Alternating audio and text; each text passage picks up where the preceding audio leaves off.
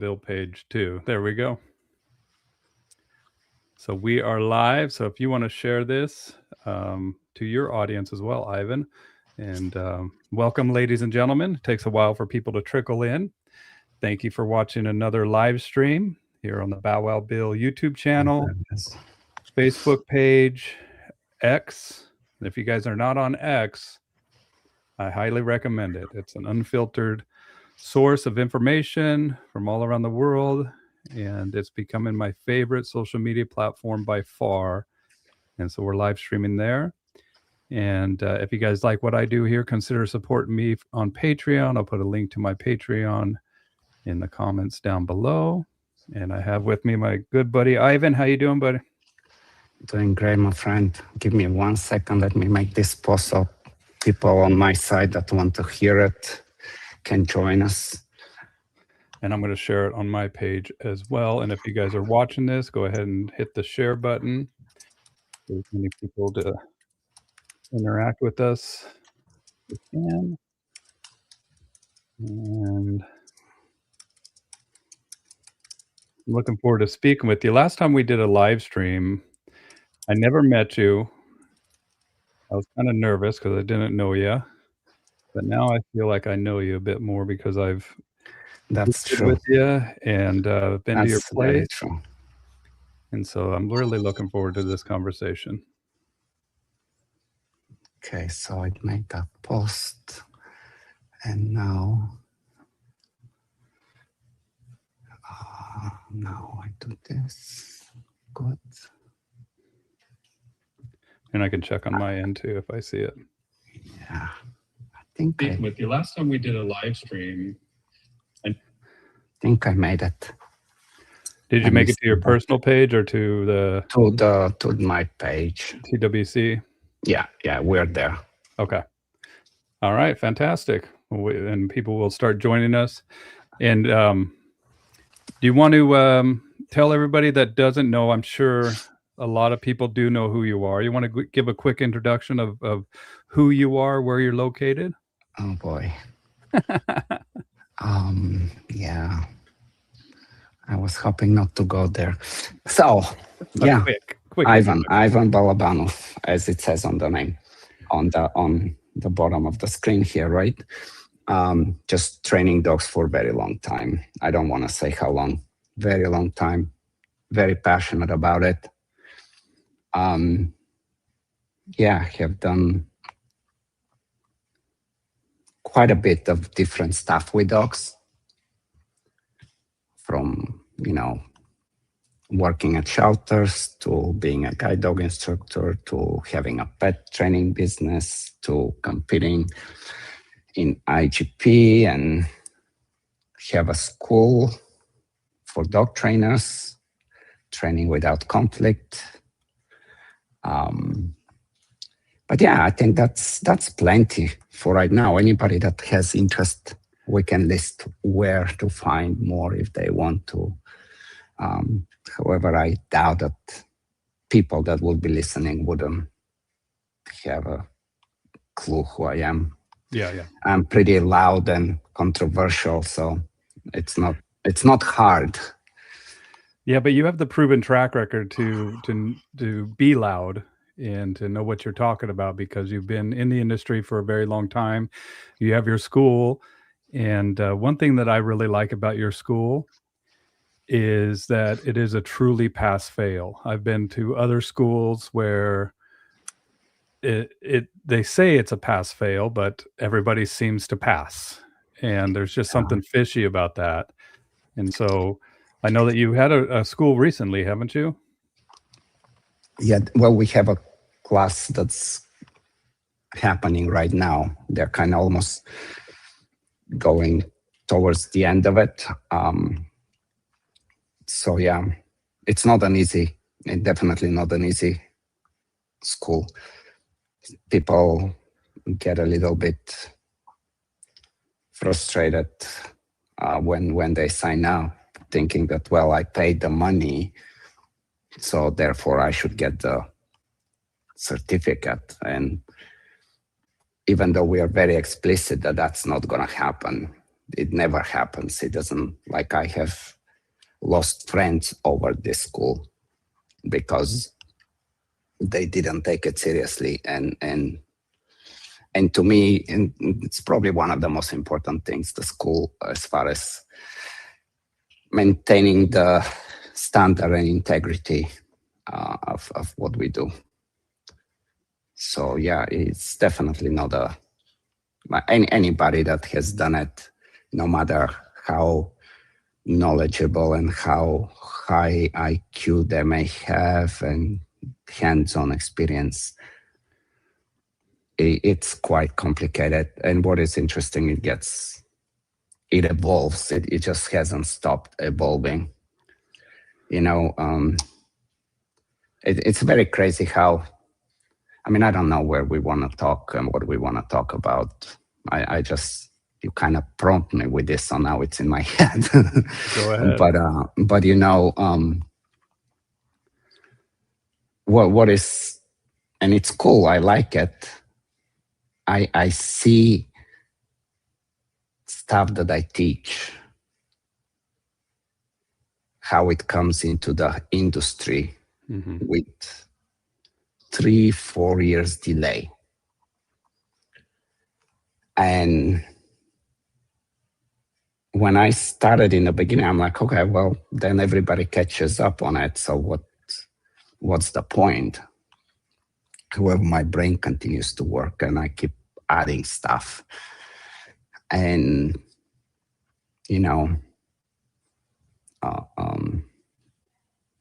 by the time this 2-3 years and everybody gets one idea that I have been very actively promoting, I already end up having 2 new ones. And it was very interesting to see how that mechanism, how it works, Yeah. And it goes way back, actually. I mean, it goes way, way back. However, at that time,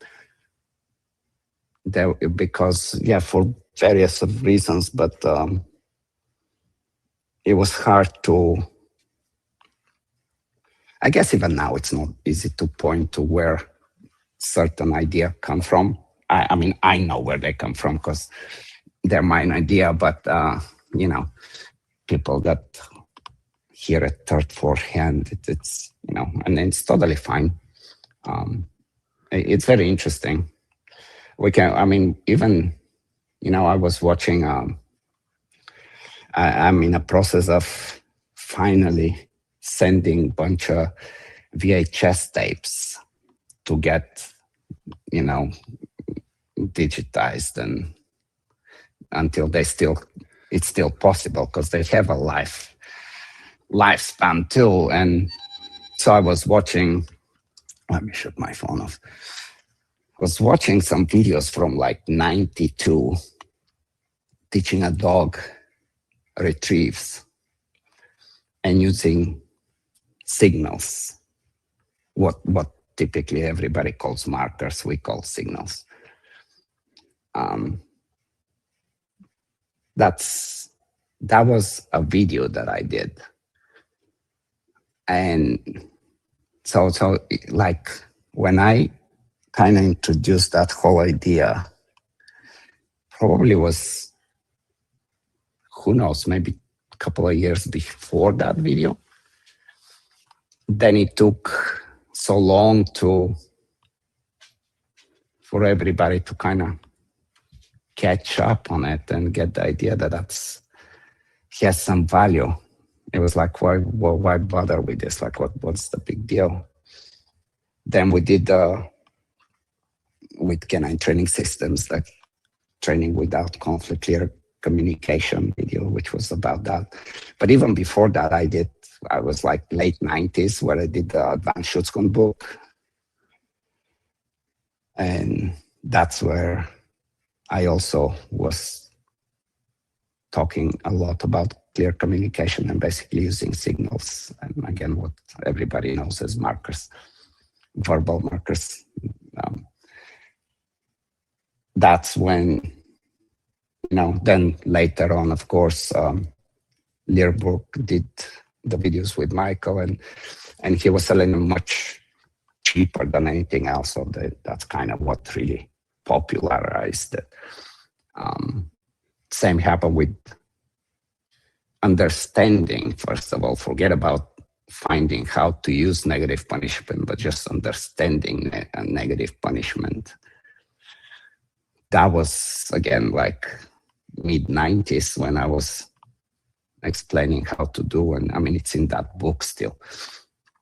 So it kind of goes really that far back when I'm looking how, certain idea that I would have, and eventually the time frame that idea kind of becomes very just as normal as it can possibly be in the dog training circles. And so now I'm doing some really, really different cool things. But yeah.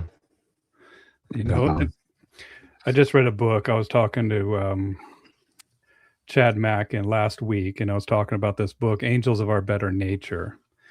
Are you familiar with that book by chance? No.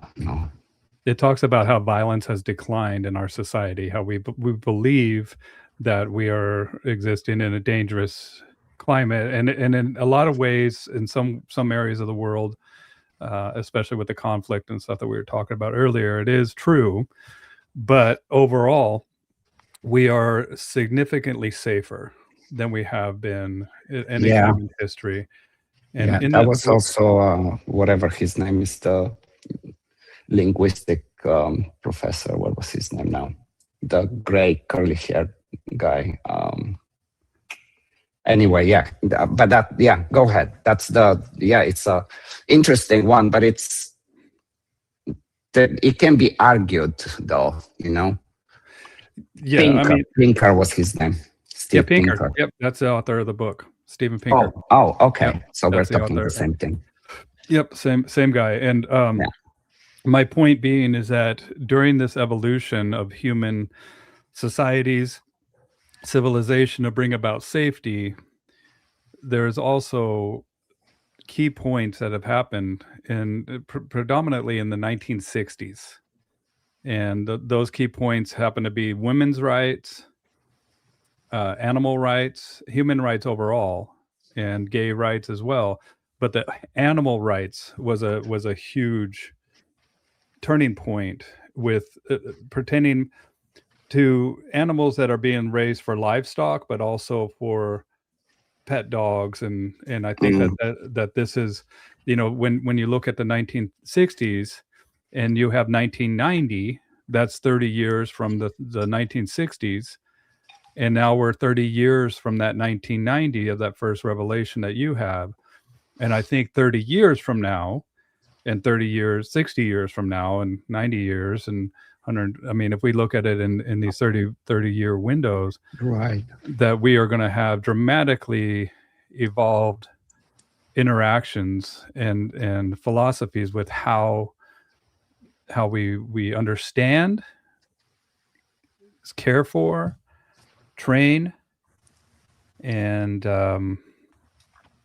just an overall different attitude towards the relationship that we have with these dogs.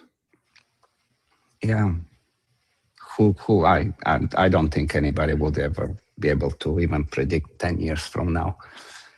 It's kind of insane where we are and what's going on with everything.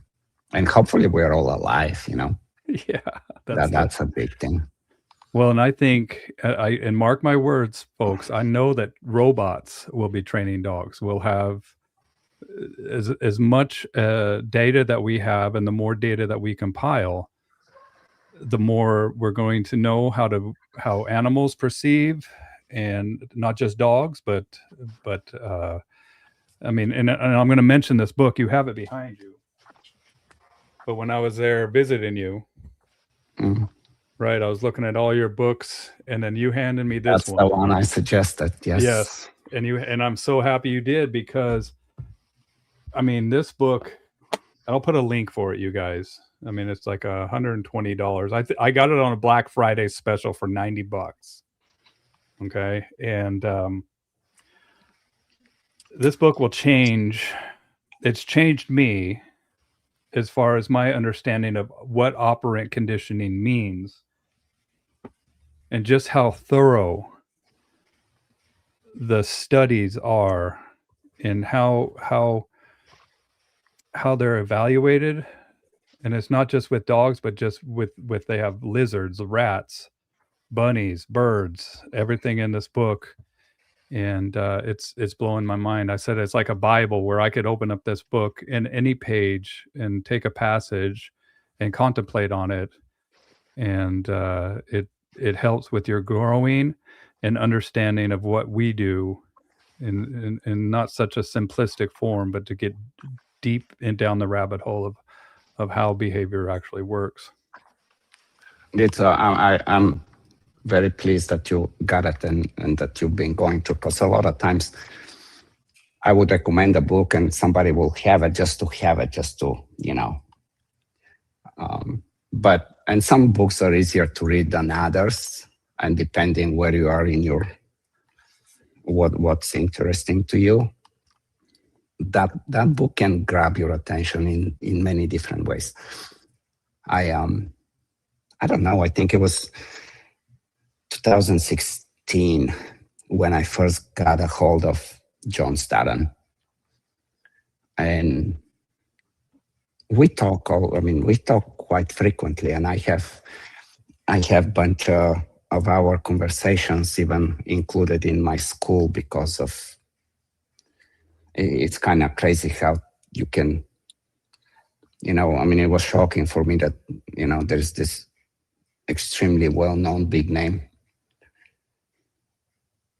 person that understands animal and learning theories, period. And me as a dog trainer and having very similar view of what is of interest to us.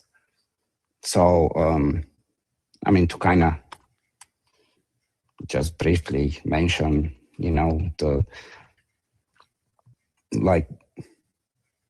reason it's called new behaviorism is because it goes beyond Skinner's idea that, you know, well, there is that black box and we don't know what's happening, therefore we cannot really mess with it.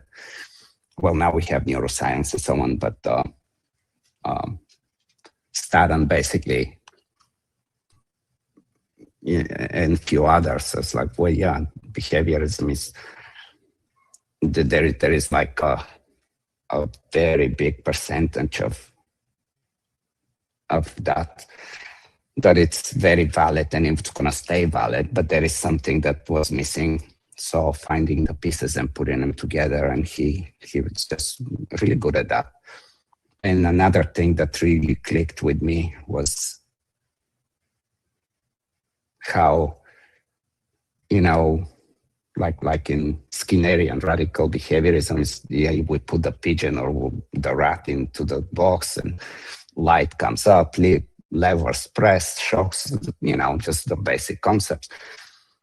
However, you know, kind of when you think of ethology and how they clashed at that time, and ethologists would say, well, you cannot really study a dolphin in a bathtub, or you wouldn't understand why the horse has hooves and the fish has a fin and so on, you know. So observing animals and everything in their natural habitat and what's the function of behavior versus how to just control behavior. Not to go too deep in it, but basically what the similarity, the very first similarity with me and Staden was that, you know, recognizing genetic predisposition and selection and variation of behavior and selection of what works and what did not, and not strictly influenced by kind of cut and dry reinforcement and punishment like the 4 quadrants, but actually what nature evolved you to be and how you function. And he has a very, very good story that he always tells about, I'm horrible with names, but anyway, it's a border collie, and it's like in the 1800s or 1700s. It's somebody wrote about that dog because it was just blew everybody's mind at the time. Bunch of sheep, just some gate open, and they got loose overnight, and they had no idea where to find them. And a collie basically got them in a little valley and kept them there until they came. The cool thing is that it was untrained to do that. It just goes through the instinct selection and practice and learning as he was doing it. And so I think the point of the story really is that not everything should be done through the 4 quadrants. There is other powers there that we neglect if we focus only on that. Well, there's an intrinsic desire. There is predatory behavior. There is, then we even look at temperature, right? We look at temperature, we look at environment, even weather. But then we also look at, just look at what God has given, or whatever you want to call it. I call it God. But the way that we don't make these animals, that they're made in a specific way. My dog just got fed. My wife just brought in some food for my dog here. And to take into consideration, is that why what you don't like about Napopo is it that they focus Oh my God. primarily on the quadrants? And this is something I want to like I can, every once in a while, I'm like, maybe I should have few people that really understand it fully and have that conversation. But then it's like, what is the point?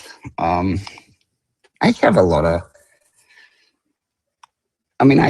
of issues with a lot of different trainings, being on the balance side, being on the positive side. And, am I right or wrong? That's just my opinions. And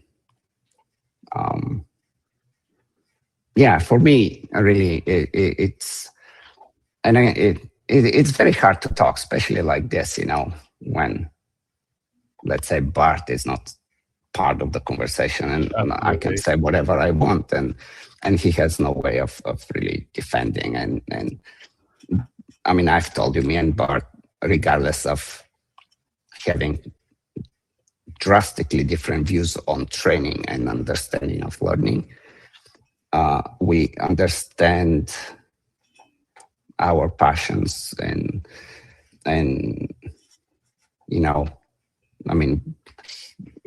we love the same breed of dogs. There is plenty of commonalities. We actually, every once in a while, it's not often, but every once in a while, we do talk on the phone. And when we talk on the phone, we actually talk forever. It's kind of unspoken rule that there is no reason to touch that part of, we don't have to talk, although I'm very open to talk about. But just as a whole, I disagree very much with almost everything, and that's the crazy part, So to tell you kind of a little bit, like I guess we look very differently, just what dog is and what dogs strive for. We look very differently at motivation and how to create motivation.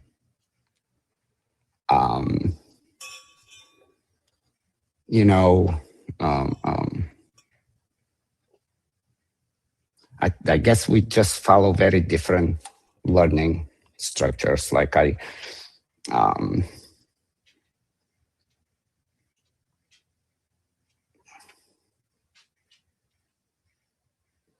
like I think dogs have, they when how was the saying? The dogs just look to benefit their. How was that? There is an actual cliche phrase that it's used all the time in Nepal that dogs are there to better their life in whatever. I cannot think of it right now. But I don't think that's always the case. I think I strongly disagree with that. I don't say that that's not true, because that's true for any living being. But for this to be my ground for how I develop my way of thinking about what the dogs are about, it just doesn't, it's not. And then, of course, the whole low-level steam, very well. The whole world knows that I just don't see a reason, and maybe I'm not explaining myself well, but yeah. Then, I mean, I can go on and on. It's just not. I don't think it makes sense to do. But it's really like pretty much the whole, like it's not even apples and oranges. It's like apple and a rock. Like it's very, very drastically different how we think of a dog and how we get the job done. Okay. And I'm not saying that Nepopo doesn't get the job done. Like it's not an easy topic for me to talk, especially when Bart is not here. It's and not. I'm versed in Nepopo as a Nepopo Gold grad and a Nepopo multiplicator. I just was always curious about that, and I wanted to ask that the first time that we spoke, but now I feel I know you much better, that I'm comfortable asking that. But okay, I mean, let's take, since you clearly want to talk about it, tell me about the dopamine box. What is the goal behind that? What is what are we trying to accomplish? I mean, it can be used for a variety of different behaviors, right? But to use negative reinforcement by having the dog finding, and we have the comments, I don't know if you could see them, but finding their advantage, right? And pulling towards that dopamine box. Once the head is in the box, then we rain food down on them, right? But also we start to implement an article within that box to start the process of learning article detection by sniffing that article, but also let's pick one, because it's gonna get all over the place, and I can talk about every single one. So let's pick one reason, one good benefit of the dopamine box. I mean, there's a beginning, right? And then the process. And a lot of people aren't aware of the process of how we evolved this dopamine box for tracking. And so that's the main purpose of what is taught, is how to utilize this box for tracking. But a lot of people have adopted it in various different ways to fix problem issues with distraction. But I don't think tracking was the main objective of the box, and I think that the tracking idea came a little bit later, no? Because we'll remove the bottom of the box, and so it evolves into and then shortening the box, moving it away, and environmental blindness. I don't know if you can see the comments, but I'll put up environmental blindness. Comments will distract me.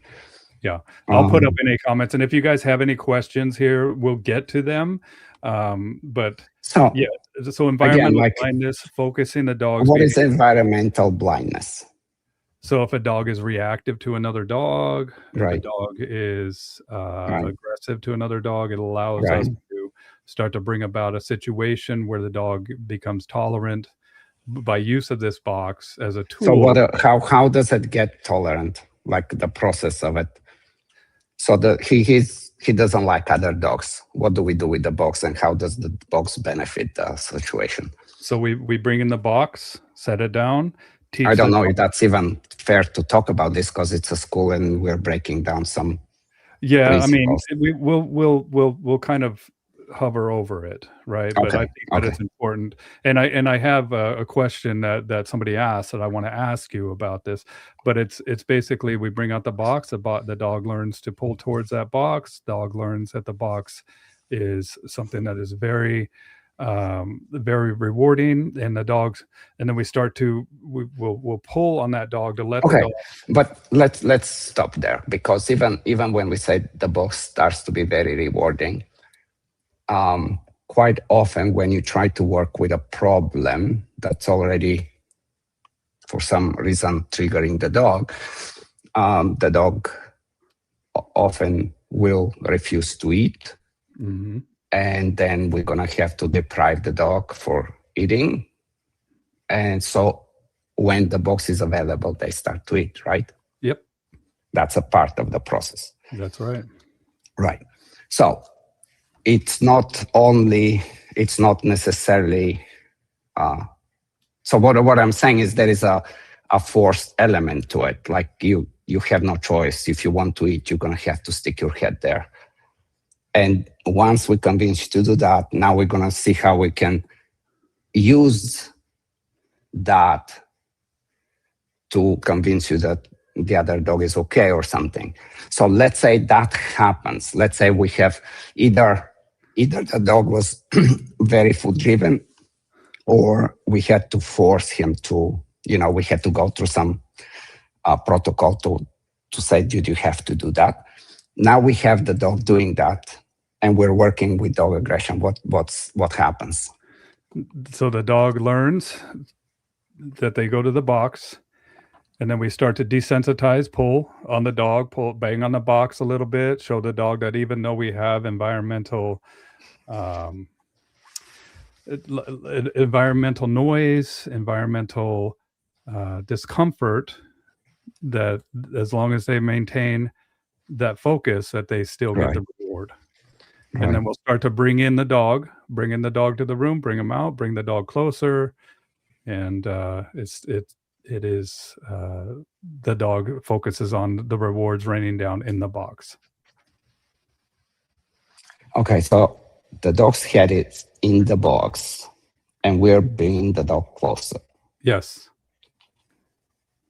So does that dog that's head is in the box sees or interacts in any way with the dog? No. So the idea is, and sorry, because I'm going to be a little bit kind of not fair maybe, but here it is. It's kind of like an ostrich sticking their head in the sand. And then whatever they're afraid of, just because they don't see it and they pretend that it doesn't exist, we consider it that we have resolved some issue. Well, we start fading out that box as well. And the dog, when they bring out the dog, then the dog starts to get acclimated to the environment with the dogs in the presence there. And I've seen it myself, but it's also I wanted to get your take on this, and it changes the focus of that dog from being aware to being okay with the dogs in their environment. Okay, but the dog doesn't see, right? The dog does not see the other dog because he's busy eating, because he's hungry, and this is his only chance to eat. Yep. So the whole setup is calling for leave that dog alone. Well, blinders too. Because you have food right now that's available, so stick your head there and eat. To me, that doesn't resolve any problem. I would want to convince the dog in very different, whatever the way is. I don't want to say what way, because it is probably thousands ways, maybe, I don't know. Yeah. Well, and same thing. But I want the dog to see, hey, there is a dog, and I want to be able to change that dog is not a bad dog. Yes. Versus, that dog is not important for me because I have to eat right now. And I don't see that progression going anywhere. And you mentioned something about, banging noises and environmental conditioning. Yes. It kind of goes within the same line. And I would strongly disagree with it because, again, we're sticking the head in the sand and basically things are happening when there is few things that we need to figure it out. First of all, what is our end goal? And is the end goal to kind of just bring some neutralization and I wouldn't say comfort, but basically, hey, I gotta do this because I have to eat. So, or deal with whatever the environment says that it's scary. And there is so many better, in my opinion, interesting protocols where you can, create a appropriate emotional state but basically really change the dog's opinion on what they see. And if something they're scared of, you have two paths. You can say, well, don't be afraid. It's not going to hurt. See, it just makes noises. Or you can say, no, you can be afraid, but you can overcome it. The box basically kind of just doesn't allow much of that to happen. Well, and keep in mind too that we're discussing. And also, when you have a dog that has a genetic fall, like it's just unsound dog, there is no box that's gonna change that. I agree. But the way I see it, how it's sold as this works in you think of anything and the box can come handy. And I don't have one thing that I can see it handy as, and that's, it's just, yeah.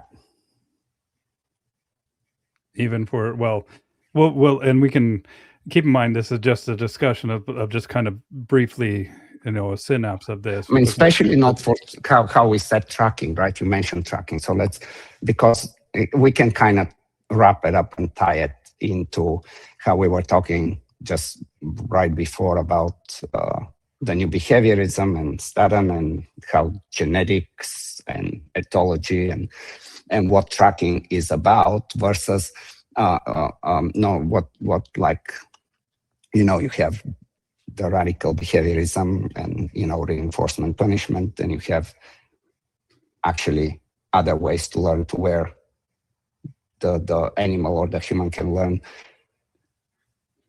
and use their genetic evolution for that process. So if we are tracking, the best way to teach tracking is to have them use their nose. This is something that they know how to do. Any artificial component, it's not even a sidestep, it's derailing from what the dog can already do. And the whole idea about training, in my opinion, is to be able to explain to the dog what you want them to do. However, most of the things that we want them to do, they already know how to do. It's just a matter of how we can explain to them. And it's tough subject. Like we started off in a very bad place. But again, I'm fine talking about it.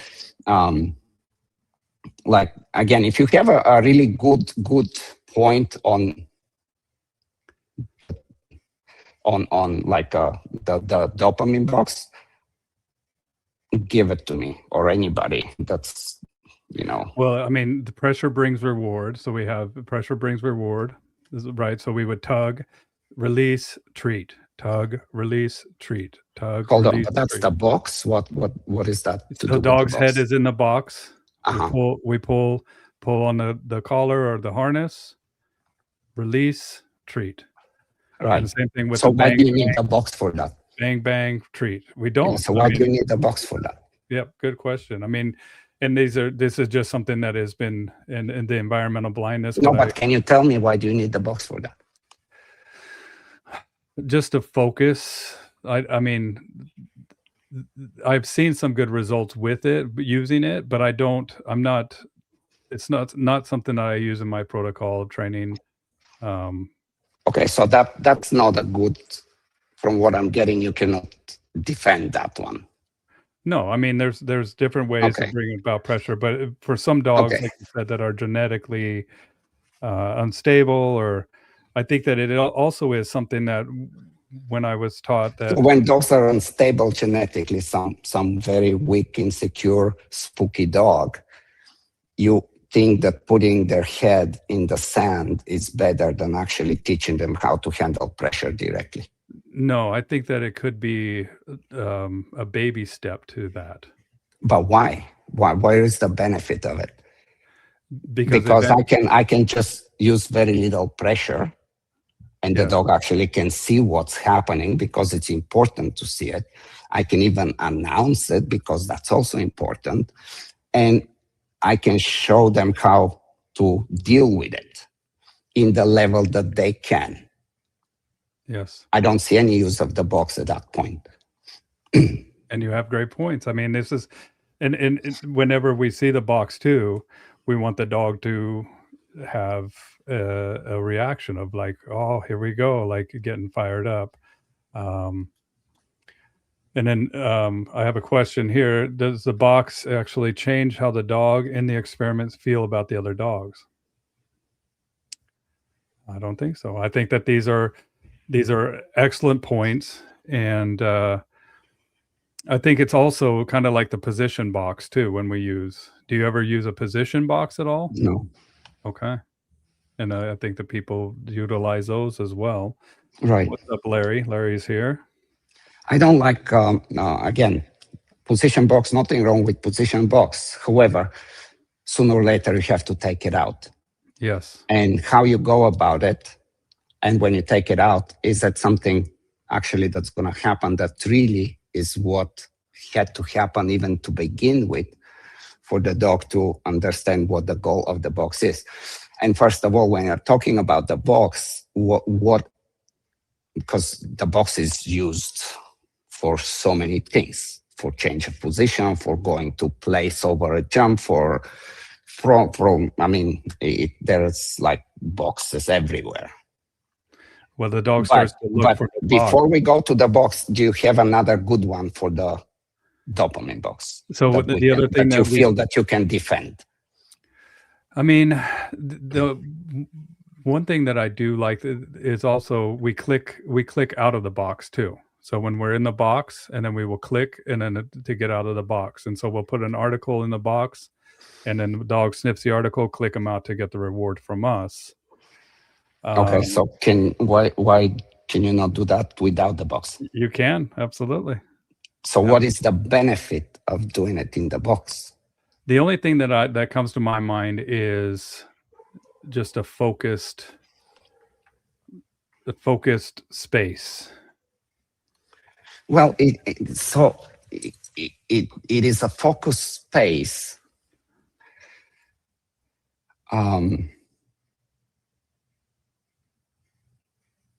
What is the focus space? How does focus space that you call benefit the situation? How does that make the learning more well-rounded or faster or precise, or like where is the actual, what is that focus that you are talking about? That's a great question. I mean, it's like putting the blinders on the horse, like taking all distractions away, boom, focus on there, on the box. Right. But I don't use, I use the box, and I had. So if it's about a distraction, sorry to interrupt. If it's about dealing with distraction and you're trying to isolate something, you can very easily use some vacuum environment that the dog is familiar with, that there is nothing going on, Right. and work without the box. Or if you, I was going to say if you're a really good trainer, but that's very wrong to say. But another option is to create a rapport, trust, cooperation, and motivation with the dog that can handle the outside world. Like if I need to resort to a box to convince my dog to ignore the world, to me, that's very poor solution. I get your point.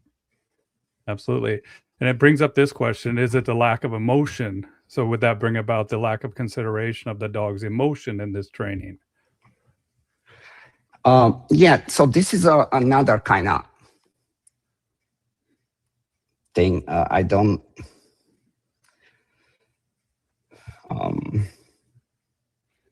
when I train and when I teach, being a person, being a dog, being a parrot, I like to be part. Overall, Nepupo relies on self-discovery and shaping, and the trainers kind of stand on a standby, just basically reinforcing and forcing the situation. And I think that's, again, like I'm very strongly opinionated and I say what I say, but I think this is a disservice to a dog. Dogs are very intelligent, and I think they would rather see me struggling and trying to teach them and be part of the teaching. Like if I wanted to teach them to go to a place, I will actually be like, Jude, let's go to the place. Okay. That's something any dog will do.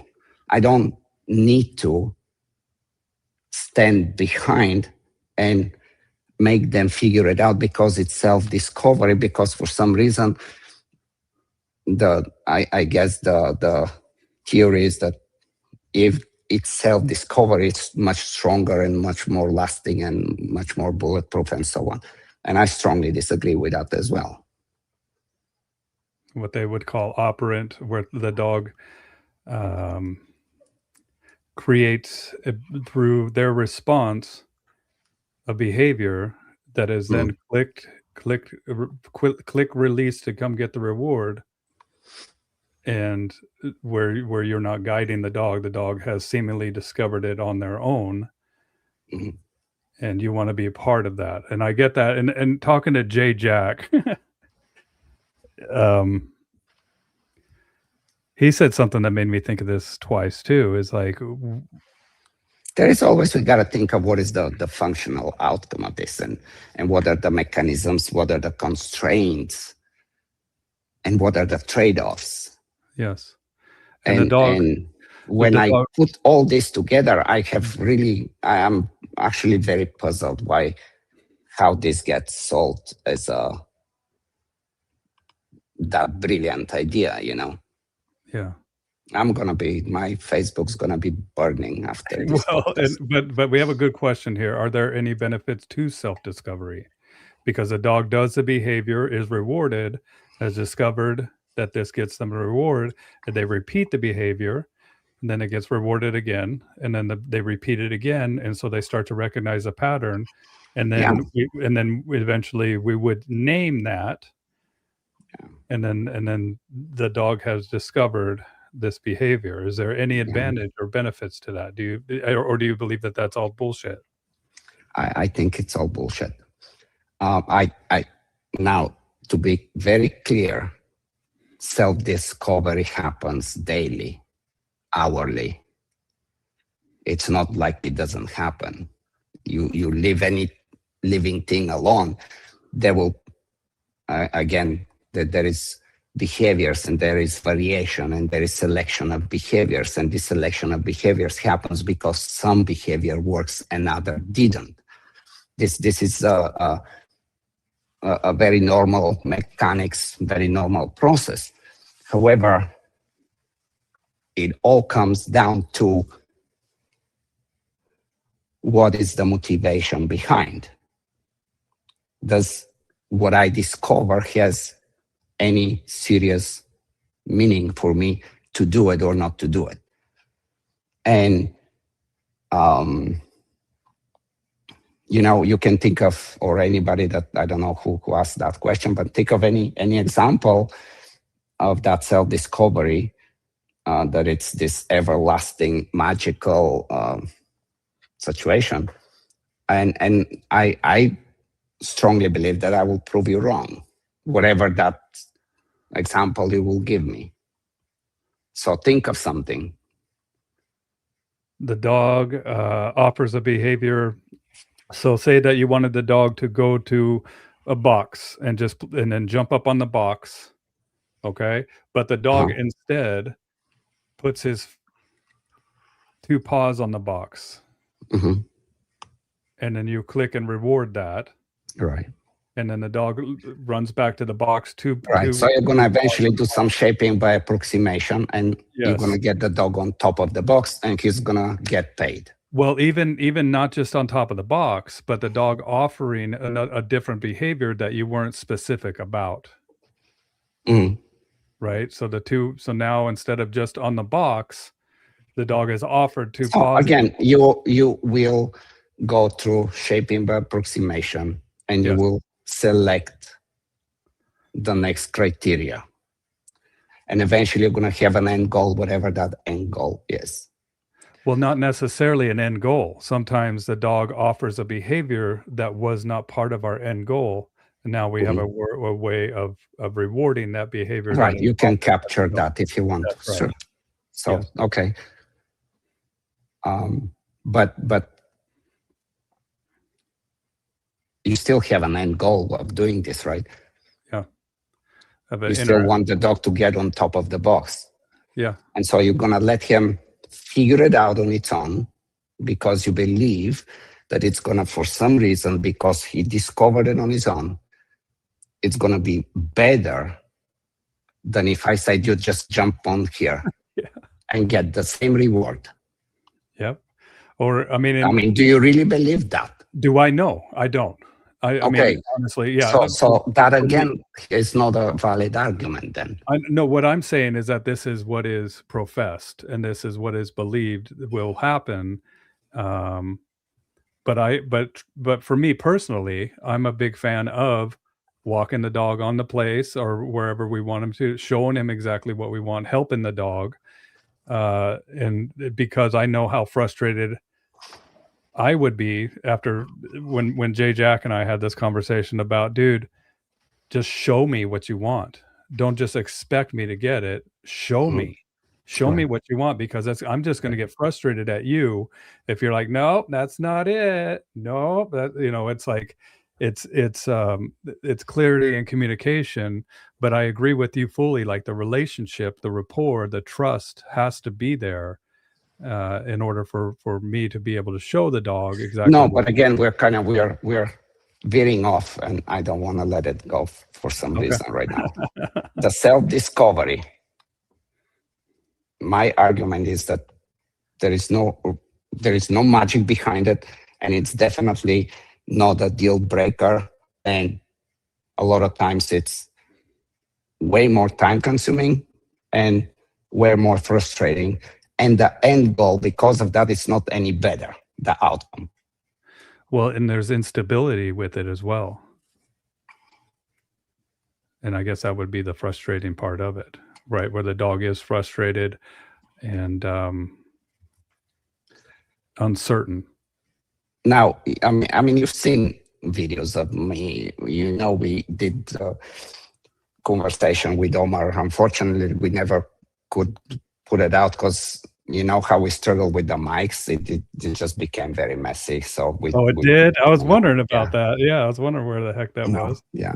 So, I mean, talking about Omar von Mueller and, his magic that he does, and it's all shaping by approximation. And I mean, again, I have so many videos of dogs doing the same. Well, not the same. He's overly fixated, and he's, that's his life. but I can teach a dog to, open the toilet and pee and flush it and close it and whatever shaping. I understand shaping really, really good. And I of course. And there is place for it. Like if I cannot say, hey, dude, start walking on front legs, and I cannot just show him and hope that by mimicking he will do it, then I have to shape it. So I'm not disregarding shaping the approximation at all cost, at all time. I'm just saying that it's not as it's presented, that there is a certain sorcery and magician there, that when it's self-discovered, the behavior that has these superpowers. That's absolutely not the case. It's absolutely a myth. It's very misleading, actually. That's kind of my argument on that one. We have a comment. Self-discovered behaviors aren't stronger than a taught behavior. If you stop reinforcing a self-discovered behavior, the dog will stop doing it, just the same as if you stop reinforcing a taught behavior.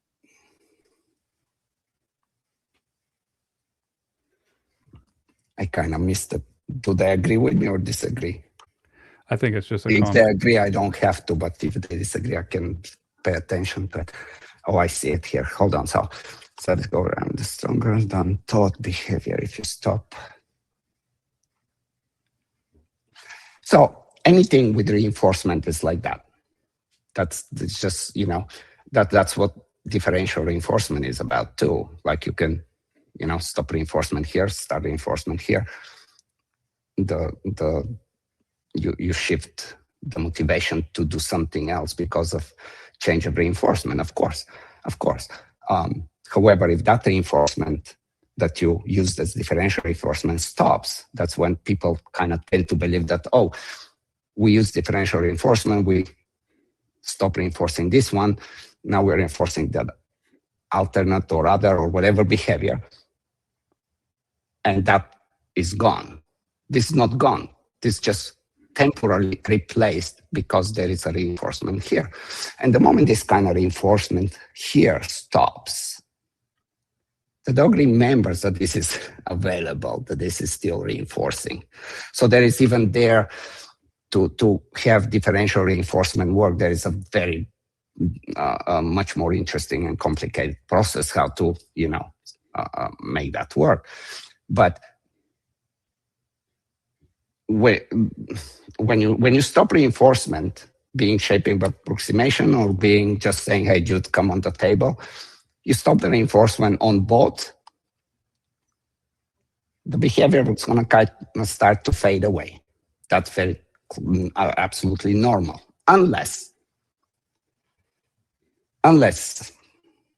we find a way to create self-rewarding. The activity of jumping on a table becomes self-rewarding.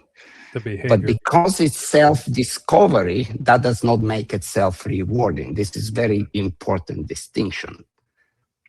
Because the self-discovery still relies on external reinforcers. So if you want something to last, the most important part is, can you make the behavior self-reinforcing? Can you utilize some genetic predisposition, something from the selection, some, again, not to go too far into that. However, again, my bottom line to this self-discovery is that I have doesn't mean much. It just sold as it's kind of like a snake oil to me, really. Okay. I mean, I would like to hear your point. I mean, I'm always open to, and I have changed my mind many, many times. I've learned my lessons, but that doesn't mean I shouldn't argue. But if you can change my mind, please do, because I'm curious. Well, and the key is to become the behavior itself, like you said, becomes the reward, right? And so start to let the self-discovered behavior be known until the behavior itself becomes the reward. And we can use, but that cannot happen.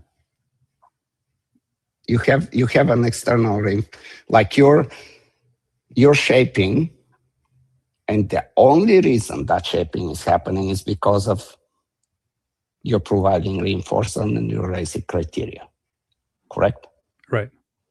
So finally you get to the end goal of what you wanted, and you're still relying on a payoff.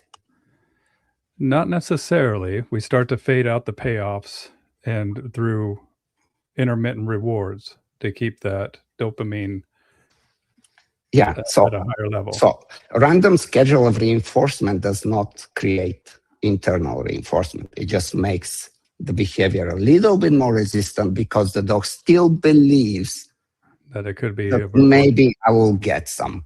Yes. Apples and oranges.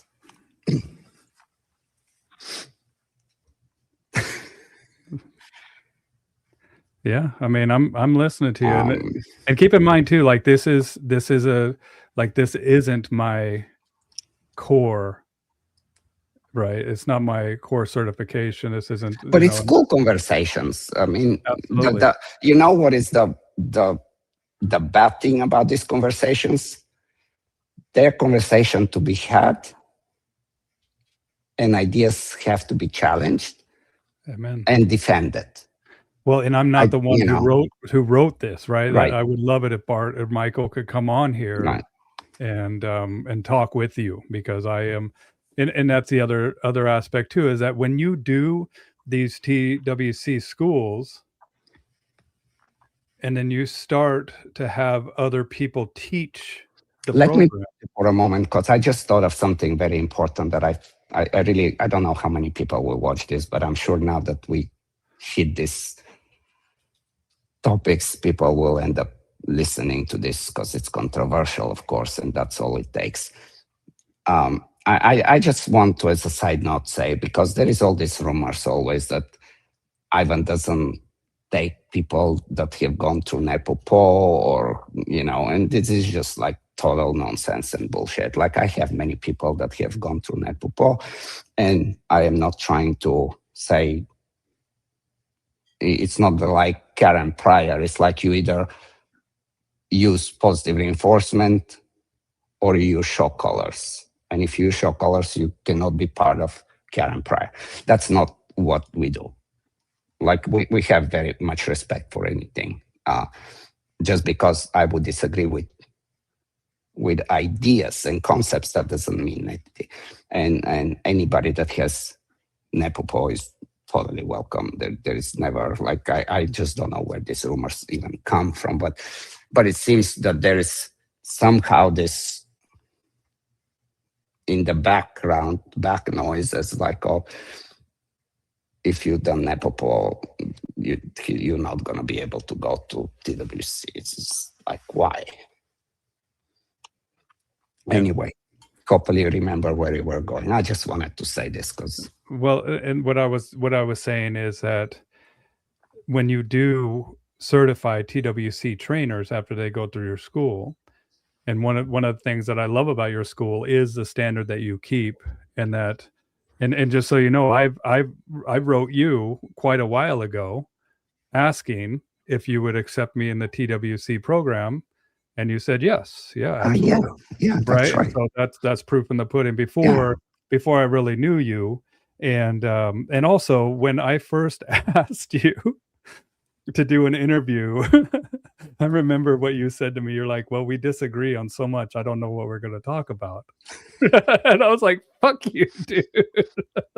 I was like, how do you know? You don't even know me, man. Like, that's how we started off this. And this is what I think is important, is that we should be able to challenge each other and have discussions and bring up our points that we disagree with, and not be hush hush about it, but because dogs at the end of the day are the ones that benefit from our interaction. And that's why I'm so happy to know you And eventually, I do want to do the TWC program. I want to learn from you and being able to visit you at your place. But what And are TWC is it's really it's not like it's not like, oh, you're certified now you're this professional trainer guru. It's like if you pass the test, it basically says that you understand the system, and the system is educational. It's just a concept, and you pass the test, and you can throw that in the toilet if you want to. No, I'm not following you to dictate how you train dogs.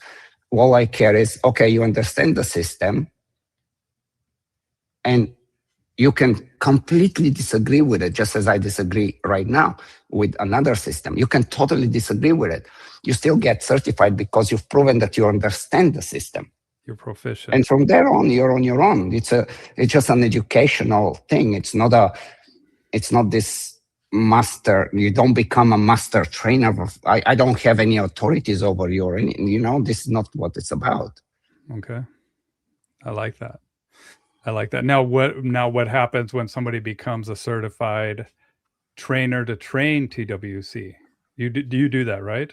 No. Oh, you don't. So you're the only place that you can get certified. Yeah. TWC. Okay. Yeah. Like I believe that at least until I can, and at least until I find people that I really believe that they can teach it. Again, they don't have to practice it, but they understand the ins and outs of it and problem solve within the system. I would love to, but for right now, I think I really believe that people that come to the school come because of me, to teach it. Like, I really believe that that's the case. And I agree. It's wearing me out in one side, but on the other side, it's very gratifying. And as I said, like very early in the conversation, I always come up with new things. Like anybody that has done the course, the original course, and anybody that has done it 2 years after, and anybody that is going today through the course, they're like incredible leaps of what is the next frontier, if you want. The evolution. Yeah. Yeah. How would you describe what is TWC? I mean, I know it's training without conflict is what the acronym is. But how would you describe it? Training without conflict, it's a of course there is a little bit of a catchy name there. Sometimes people think that, well, we need conflict in order to learn. And of course you need conflict sometimes to learn. Conflict is part of the kind of, a problem solving and a challenge, and however, the conflict that I'm talking about is the lack of ability to explain what you want. So like if the difference between dogs and humans, like humans understand concepts, we can think abstractly, and I can really tell you exactly what to do. And if you're motivated, if I find what motivates you, you will just do it right there and then. With a dog, I cannot instruct a dog this way. So dogs learn in a different way, and they learn through patterns, and they learn through the consequences and through the variation and selection and so on. But it's the same end goal. It's just how we go about it. It's different. Conflict is part of, however, when you're trying to teach something, like let's say people say repetition. I'm like, I become allergic, because repetition is only good at certain point, and only if you're repeating something that has benefits and not the other way around. Because you can be repeating nonsense as many thousand times, and it would be a disastrous outcome. So the conflict, without conflict, the conflict part really is teaching. Like if I can put it in the opposite way, I would say teaching with clarity.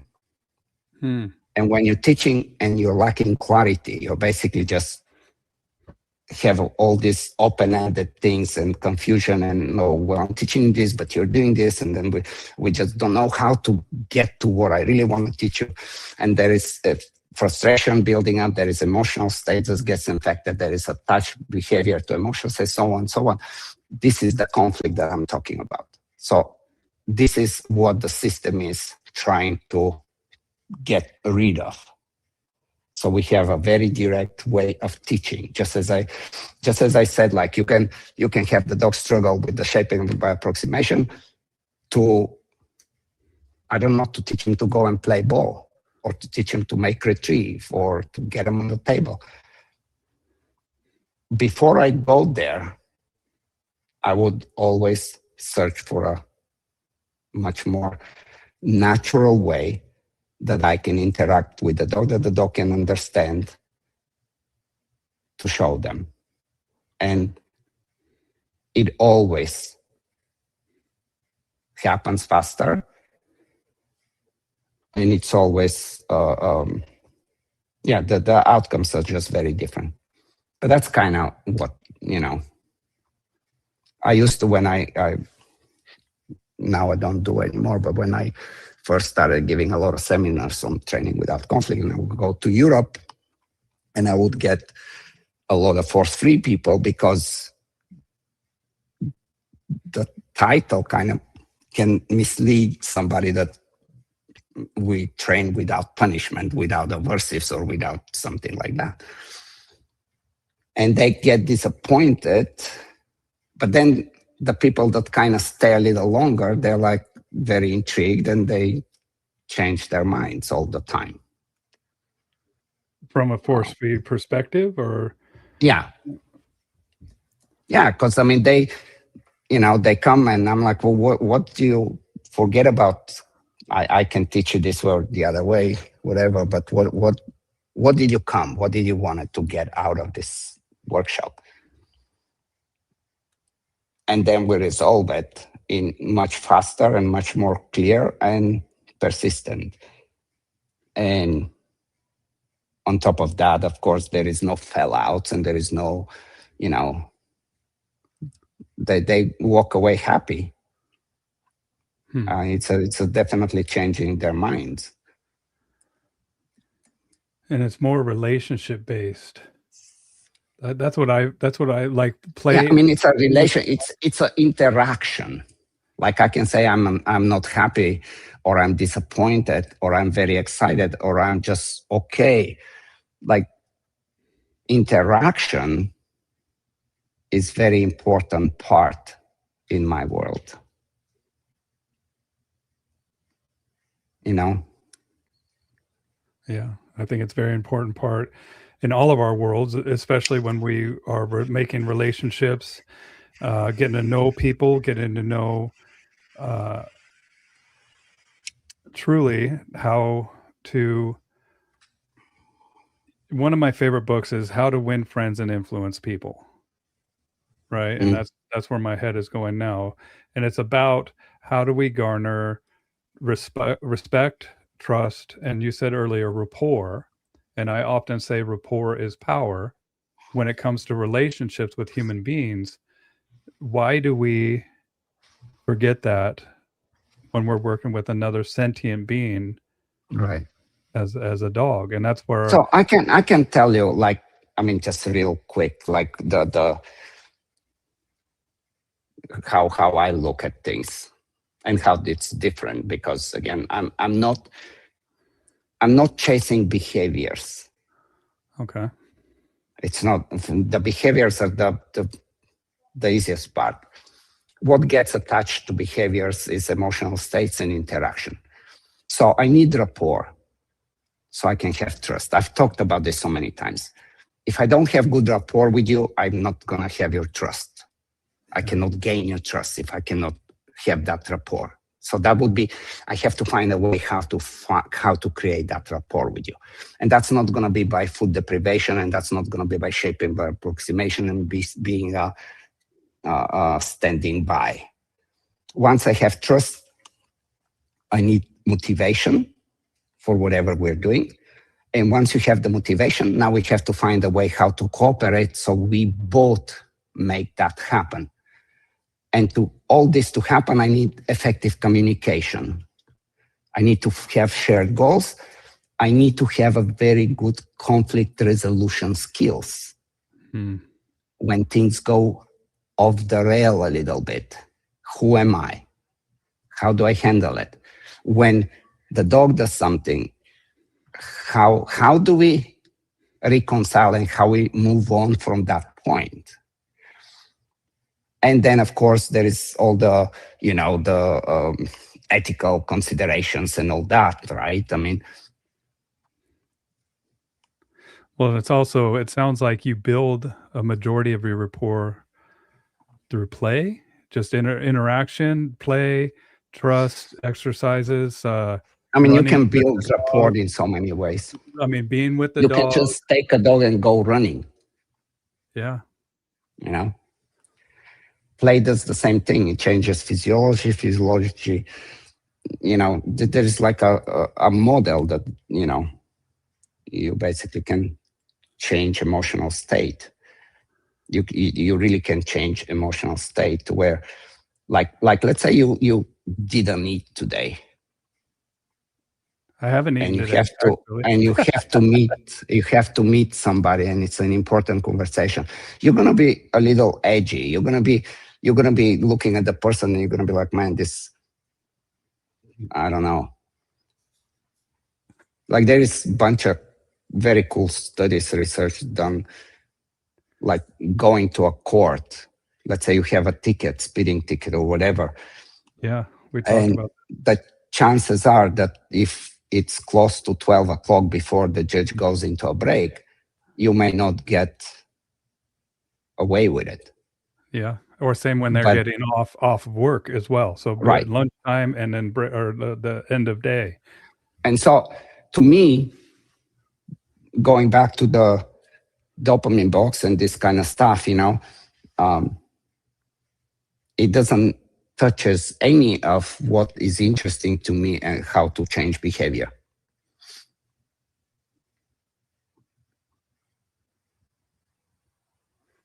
Well, it sounds like, I know I'm kind of bouncing all over the place. It sounds like there's a key element that is being left out here, or it also sounds like there is an inconsideration of, just like we said earlier, about the dog's emotional. Let me find this one here. Is it the lack of emotion in the training? And I would say to a degree, yes, or consideration of all parties involved, because when you are building rapport. Sorry, Bill, I got distracted because I only see four posts. There is like at least 19 comments, but I don't know. I'm probably doing something weird. Well, here, no, there's comments on your posts, and those don't show up on my post for some reason. Okay. So because the original post, like they have to go to my. It doesn't matter. If there is anything, you will alert me to. But repeat what you said. Sorry. Yeah, and if you guys if you have a comment or a suggestion, come to my Bow Wow Bill page on YouTube or Facebook and comment there, and then it will show up here. So when I show these comments, that's coming from the original source of the video. So if you want to interact or have any questions or comments for Ivan or myself, and what I was saying is, so I know you, and I spend time with you, and another thing I want to bring up is the IACP. Are you going to IACP, by the way, this year in LA? I am not going. Not because of who's presenting. I'm just not going because I am very busy and have a lot of things to do different than that. There is some conflict of schedule, but I will be presenting in the European one. Well, I hope that your schedule opens up, and I hope that we get to spend time together there, because, and my point is that this is how I feel like we have built rapport, and you build rapport with other trainers, other colleagues, and you realize that you like these people that are doing the same thing that you're doing.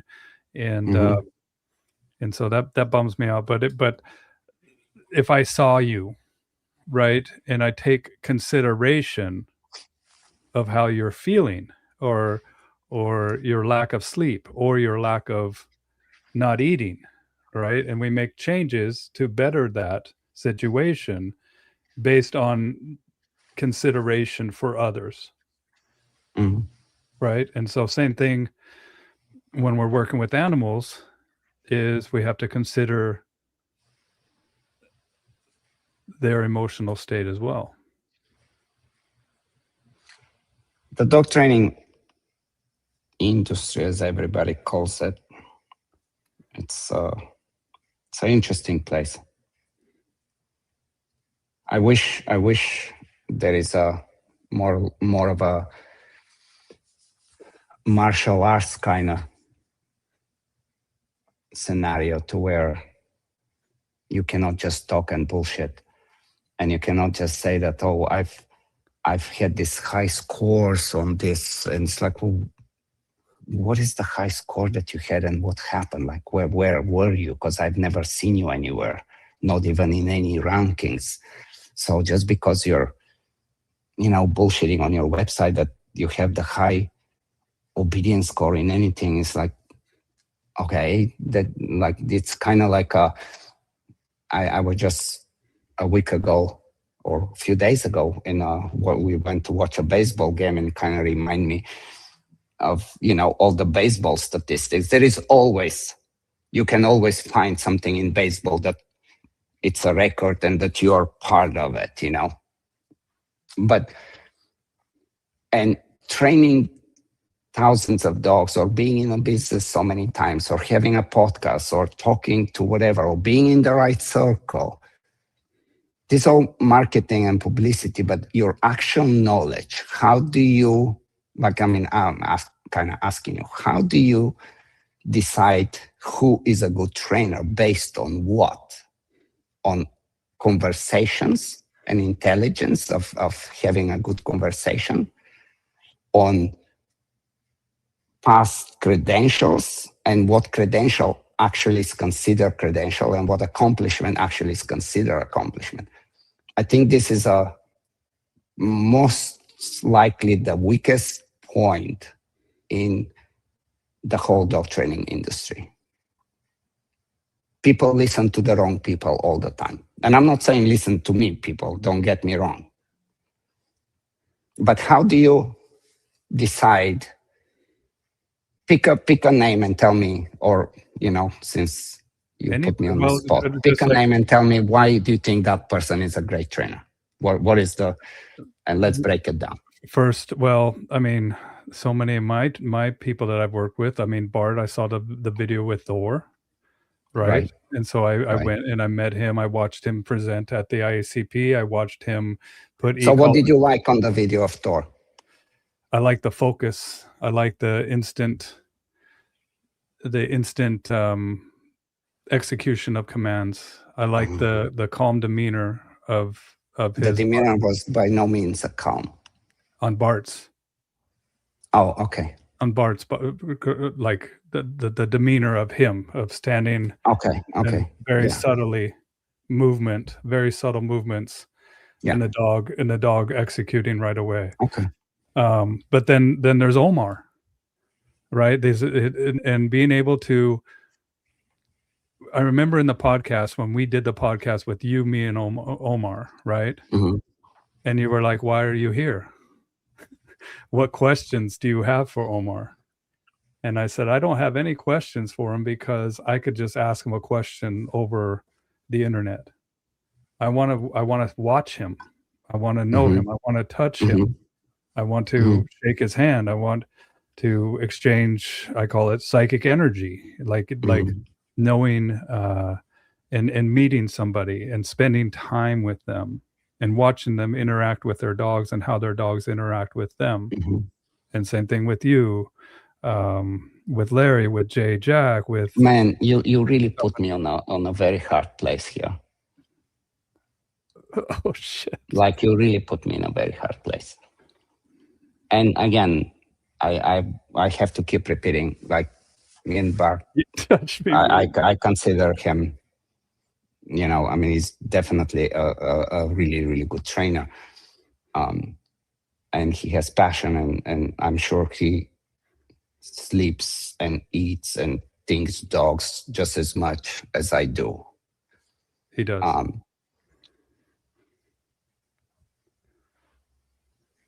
The video of Thor, is it good training? Is it not good training? I probably have not probably, of course I have my opinion. I can break it down in many, many details. However, how do you know what is good training? We need to have we need to line up 20 people that do Yes. that orchestrated. We need to take the collars off. We need to take the sticks off. And we need to see, we have to have some way of comparing something that it's the same task. Yes. Right? And we need to strip it of all the help and see who does it better. Well, and other than that, it's very difficult to say, well, this is brilliant. And the other aspect of this, Ivan, is that I am not a sport dog trainer. Right. And so I'm a pet dog trainer. Right. And I'm family dog, right? We're you know, and maybe there was something that I saw within Bart with Thor, but I'll tell you somebody right now that you've worked with that I think is a good trainer. I think he's an excellent trainer. Do you know who I'm talking about? There are many excellent trainers, man. Well, somebody that is, I mean, pretty controversial right now. Oh, Dylan Jones? Yeah. Dylan, I think he's great. I think he's a great trainer. Yes. And I think also showing the before and then the whole process of the training as well. And there's this young guy, Austin, who I did a live stream with him as well. And I've talked to Dylan. But again, it is very, again, I mean, I agree with you.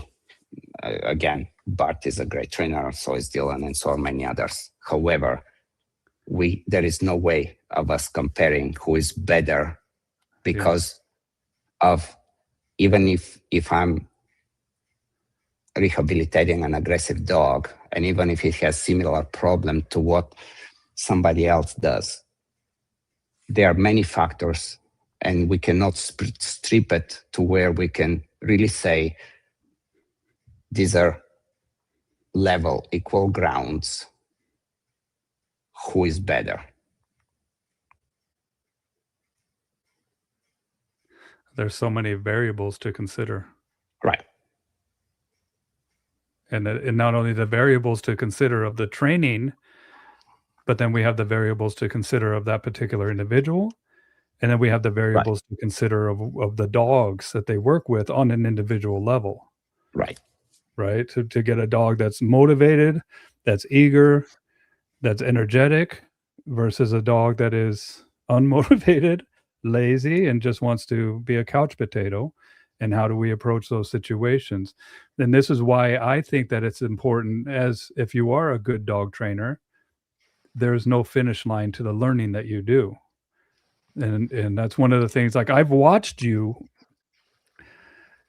go down a rabbit hole with a thought that you had. What was that? Do you remember that that online, I think it was Michael Shikashio's online aggressive dog seminar. I don't know if he was the one that was putting it on, but when I I was there, and that's I mean, that's what I loved about you, is that we're learning and we're watching everybody, and we're taking the pearls of wisdom that they might have, or it might be covered in a bunch of nonsense, but we're willing and able to listen and learn from people that we might primarily disagree with. And I think that is the goal here too, is that once you think that you have all of this just figured out, that you're dead in the water. That it is a constant evolution, not just as an individual, but as an industry as well. Yeah, without a doubt. I mean, no question about that. And getting deep with it too, and getting nuanced with it as well. But I think that it's just such a big question. And at the end of the day, man, looking at the interaction with the dog and the person. Yeah, so on the I will give you an example with puppies. Just breeding dogs forever and testing puppies and selecting puppies for different people and whatever. It's very easy. You don't need no experience to say which puppies are insecure and shy and unstable, which are more resilient and more outgoing and more playful. And then there is the 5 in the middle that you still have to kind of put them somewhere. And this is where the real skill comes in place. And also sometimes, something that's considered very shy or very difficult actually has a good purpose, and you can, that's going in a different direction. But again,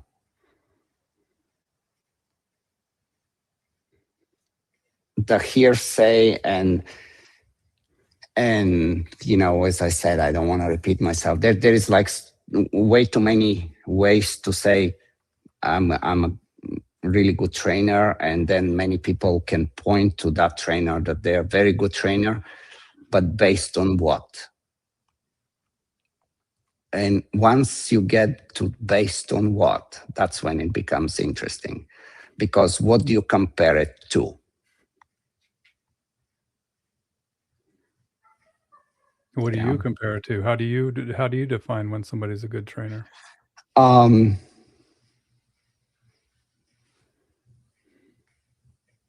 This is a good one. So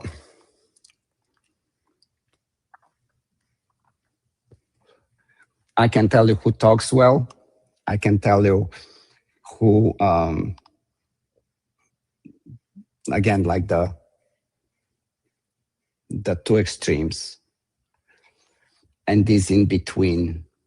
To me, training, there is certain talent. And what I'm looking for is, again, it's probably very different. It's not just behavior.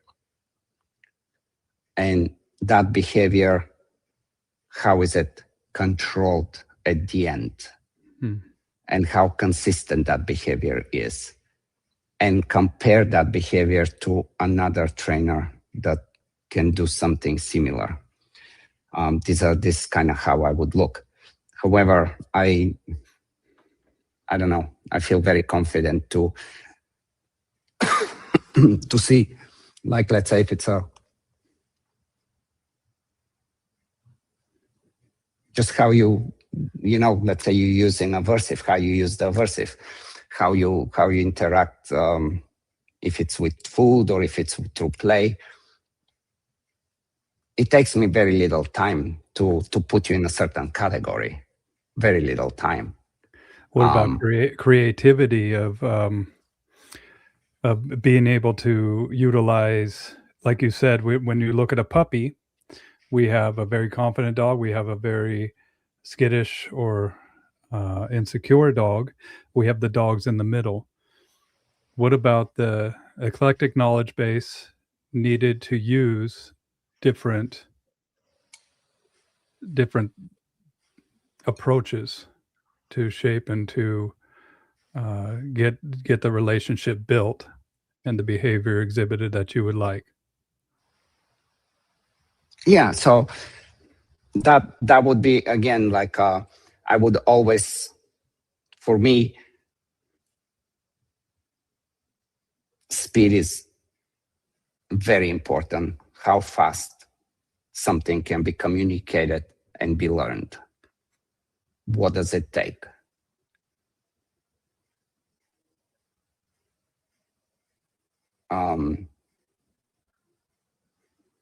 I just lost my thought. Knowledge base. So you got speed, how quickly it can be communicated and learned. When you can communicate something in a timely fashion, that means that you have clarity and you understand that there can be 5 different ways, and you may jump from one to another, but ultimately you can accomplish it extremely fast. Okay. And at the same time, you have a dog in a very positive emotional state. It's not dodging bullets. It's not ihuaha and rainbows and unicorns. There is understanding, there is clarity, there is reliability. And when I say this, I know that people will say, well, I see this and I see this, but if you sit with me, I'm not going to do this for the whole world here on social media, but next time you come to Florida, you pick somebody and we watch a video of them either competing or training or whatever, and I will break it down for you very, very fast. And I will point to you the things that I would like and the things that I don't like. And I will also tell you how it can be done different, if it can be done different. Or I also can say, whoa, I didn't think of that. That's really fucking awesome. Yeah, I love it when that happens. Of course, that's an option. It's on the table. Always. That's what makes it interesting, actually. And that can come from somebody who is brand spanking new. That's right. Not just a veteran. That's why I like speaking with veterans and people that have been in the industry 30, 40 years, longer than I've been alive. And that's what I like, even talking to people who've been in the industry 5 years or less, 1 year even. I'll talk to people, and sometimes they blow my mind, or sometimes they just remind me of what I do and why I do what I do. And that's another reason why I like going to these conferences and meeting new trainers. And conferences are dangerous, in my opinion. And the reason they're dangerous is because of how speakers are selected. I think it's extremely dangerous because the moment you invite a speaker, somehow it comes with the subliminal understanding that they really have something of value. And they may, but along that one thing that there is a whole package that is very shitty that goes along. Or it's rainbows and unicorns, as I said. Mm-hmm. So I really have I'm kind of torn because it's good to have this, but then who is to select speakers? Because if I select speakers, I probably will select somebody that 99% of the people will work why? So we do have different understanding, just as we have different takes of how we train dogs, but it comes down to how we can compare what is the criteria, how we can strip the noise and really see who is a better trainer. This is probably the most interesting part for me. So yeah, in the conferences, there is a lot of times very young, or not young, but young in terms of their development trainers. And they absorb, they're like sponges, they're writing notes, they're really thinking that this is I'm going home and I'm doing this, Mm-hmm. And I'm just like, fuck, I want to walk out. But if I walk out, everybody's going to see me that I'm walking out. I don't have answer to this. However, right now, and I'm not talking ICP, I'm talking all conferences, because I believe it or not, I'm on all. I watch them all. You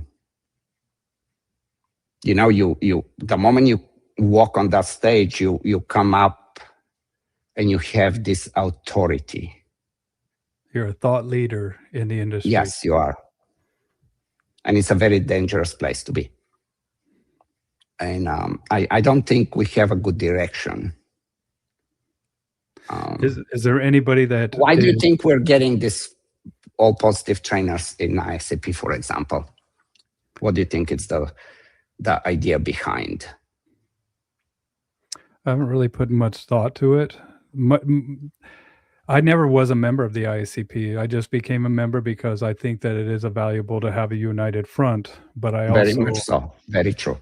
Right. And so that's where, and I had a wonderful time in Savannah, but I was never, I've been to 11 conferences, never was a member until this year. And I think it's important to be a member as much as, I mean, you can see, I clearly can disagree with a lot of things of how. But I think it's important to have disagreements, and I think that it is, I don't know, maybe they're trying to appeal to a wider audience. Right. I don't know. I'm looking forward to seeing Denise Fenzi. I'm looking forward to seeing the people that and so let's take Denise Fenzi. What do you think of Denise Fenzi? I don't know much about her. And so that's why I'm looking forward to seeing her and looking forward to seeing what she has. So let's say she has a very nice presentation that is very logically and very well structured. Okay. She's a very, I'm not saying, I mean, let's pick a different name. Let's say whomever, Karen Johnson. Okay. Hopefully there is no such a person. And let's say Karen Johnson speaks very well and he has a very good logic and he puts things in such a way that makes sense to you. Yes. But you don't see it in practice. How do you buy something just on, I'm telling you it works? Because it worked for me. I don't buy it. It works all the time. I don't buy it until I see it applied. I see it work. Or I compare my experience with various dogs and be like, well, it might work for that particular dog, but it would not work for this dog, that dog, or this dog. I would take my experiences. And just like when I started in the industry, Ivan, I was one of those force-free people. I was the person that was like, you know, all treats and then I looked at the dog in front of me and I remember having this thought of like, this should work. Mm-hmm. Why isn't this working? Why is this dog becoming so dysregulated when this should work of what I've known and what I've learned? And that took me on the journey to learn from as many people as I can and to apply what I've known and learn from. Yeah, but very likely the person that you try to follow their ideas can say, well, you didn't really get what I'm talking about and you're doing it not the way I'm talking about. So you need to step back and you need to take time. It's very easily you can get in this loop and there is no way out of it. And you can bounce from one trainer or one methodology to another and still be in that loop. You're not evolving. That's my opinion. Have you looked at Denise Fenzi credentials? No. All right. So why would you say that you're looking forward to listen to her? Like what is it that? Because like you said, I guess it's because she is being selected. Because people talk. Yeah. Right. That's kind of what I'm saying. That's kind of. That could be dangerous. Not, it can be. It is extremely dangerous. It just puts you in a. It's a very, yeah. Let me see here. And then we go to, well, I'm a sport trainer. I mean, not me, but whomever's presenting. Or I'm not a sport trainer, but I'm only pet trainer, or I'm only aggression trainer. It's like, okay, you're just trying to kind of avoid actual direct challenge of what you can do. I just want to, I mean, I guess to find out what she's all about. I don't know. I mean, that's a good question. And then a lot of them, like a lot of her. the force-free people that kind of bounce around. And bounce around, it's not, again, you have this pretty good, well-known names of trainers that, they will present here, or they will present here, or they will have podcasts here, or they will have podcasts here. And they're kind of like a chameleons, like they're just trying in a very smart way to please the audience they are speaking to right now. But they never really stand and say, this is my position. Like for example, take electric collars or shock collars or whatever you want to call it. It's like, are you trying to ban electric collars or no? And if you do, why? And if you don't, why?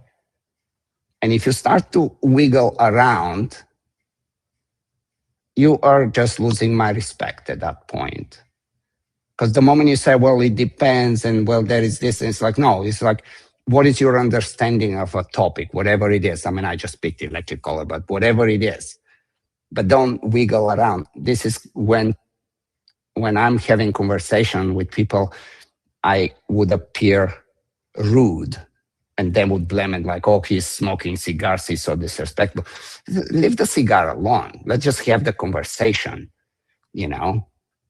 Like I'm really asking direct question, and I know enough that I'm not gonna let you wiggle around this question. Just like how I didn't let you,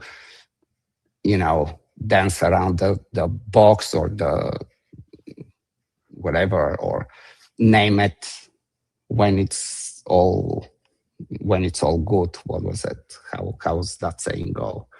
When to name the behaviors. Like there's just a lot of things like this in dog training that are very interesting, but I don't know. What do you see? Comments, whatever. I don't know.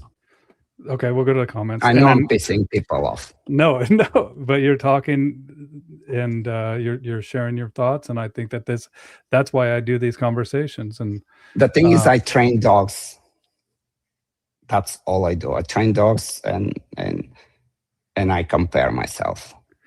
What about and I'm going to fall back onto where I was talking about the eclectic knowledge base because of the variables that are constantly changing. I always tell people we have the environment, we have the person that is handling the dog, and then we have the dog itself. And what works for one dog might not work for another dog. And we have these tools, methodologies, approaches that might be more effective with this particular animal. Do you believe that that's true, and that might not work with another? So again, like this again, it's you're leaving the door wide open. So there is nothing that I can say besides, yeah, I agree with you, simply because I have no idea where you're going with this. However, I will ask you to get specific because there is no question that certain things universally work or do not work. And just as there is no question that some dogs are genetically predispositioned to do A, B, and C, and the other ones may be X, Y, Z.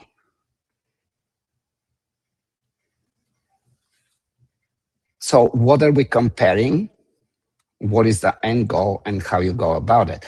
So unless we get specific, we basically I can talk the nice talk. I can agree with you, and eventually we can leave this. I'm not talking you. I'm just, I hope you understand what I mean. But eventually, at the end of that conversation, we can be, I will tell you that you're really good, and I will expect that you will return the favor and tell me that I'm really good. And then some other people that are listening going to say, these two guys are really good. What a nonsense. That's a waste of time. That's just conversations. There is no ground for nothing. So what are you really talking about when you say that? That we need to have. I mean, I guess I'm still leaving it wide open with the, I mean, we need to have a large knowledge base, but no knowledge also of when and where to apply the proper action to get the behavior that we want. Does this make sense? No, it does not. Because again, like we should be able to strip down, like just kind of peel the onion of the noise, and let's see what are we really talking about. Like something more concrete, something more specific, and then a conversation can happen. Just like the conversation I had with, I don't know when it was, the most frustrating conversation that I had with Susan Garrett, that she was trying to show me how she fixed the dog not to chew on a dumbbell. And I'm like, well, how did you do it? And she cannot say how she did it. And she went around and about for probably 35 minutes in that podcast until I finally gave up. And this is the what really bothers me in dog training. You know, you can be repeating, you can be doing something very good in that stage, but that's, let's say, stage 3, and you need to get to stage 7 to complete everything. I don't give a shit how good you are in stage 3. How do you move the wheels from there?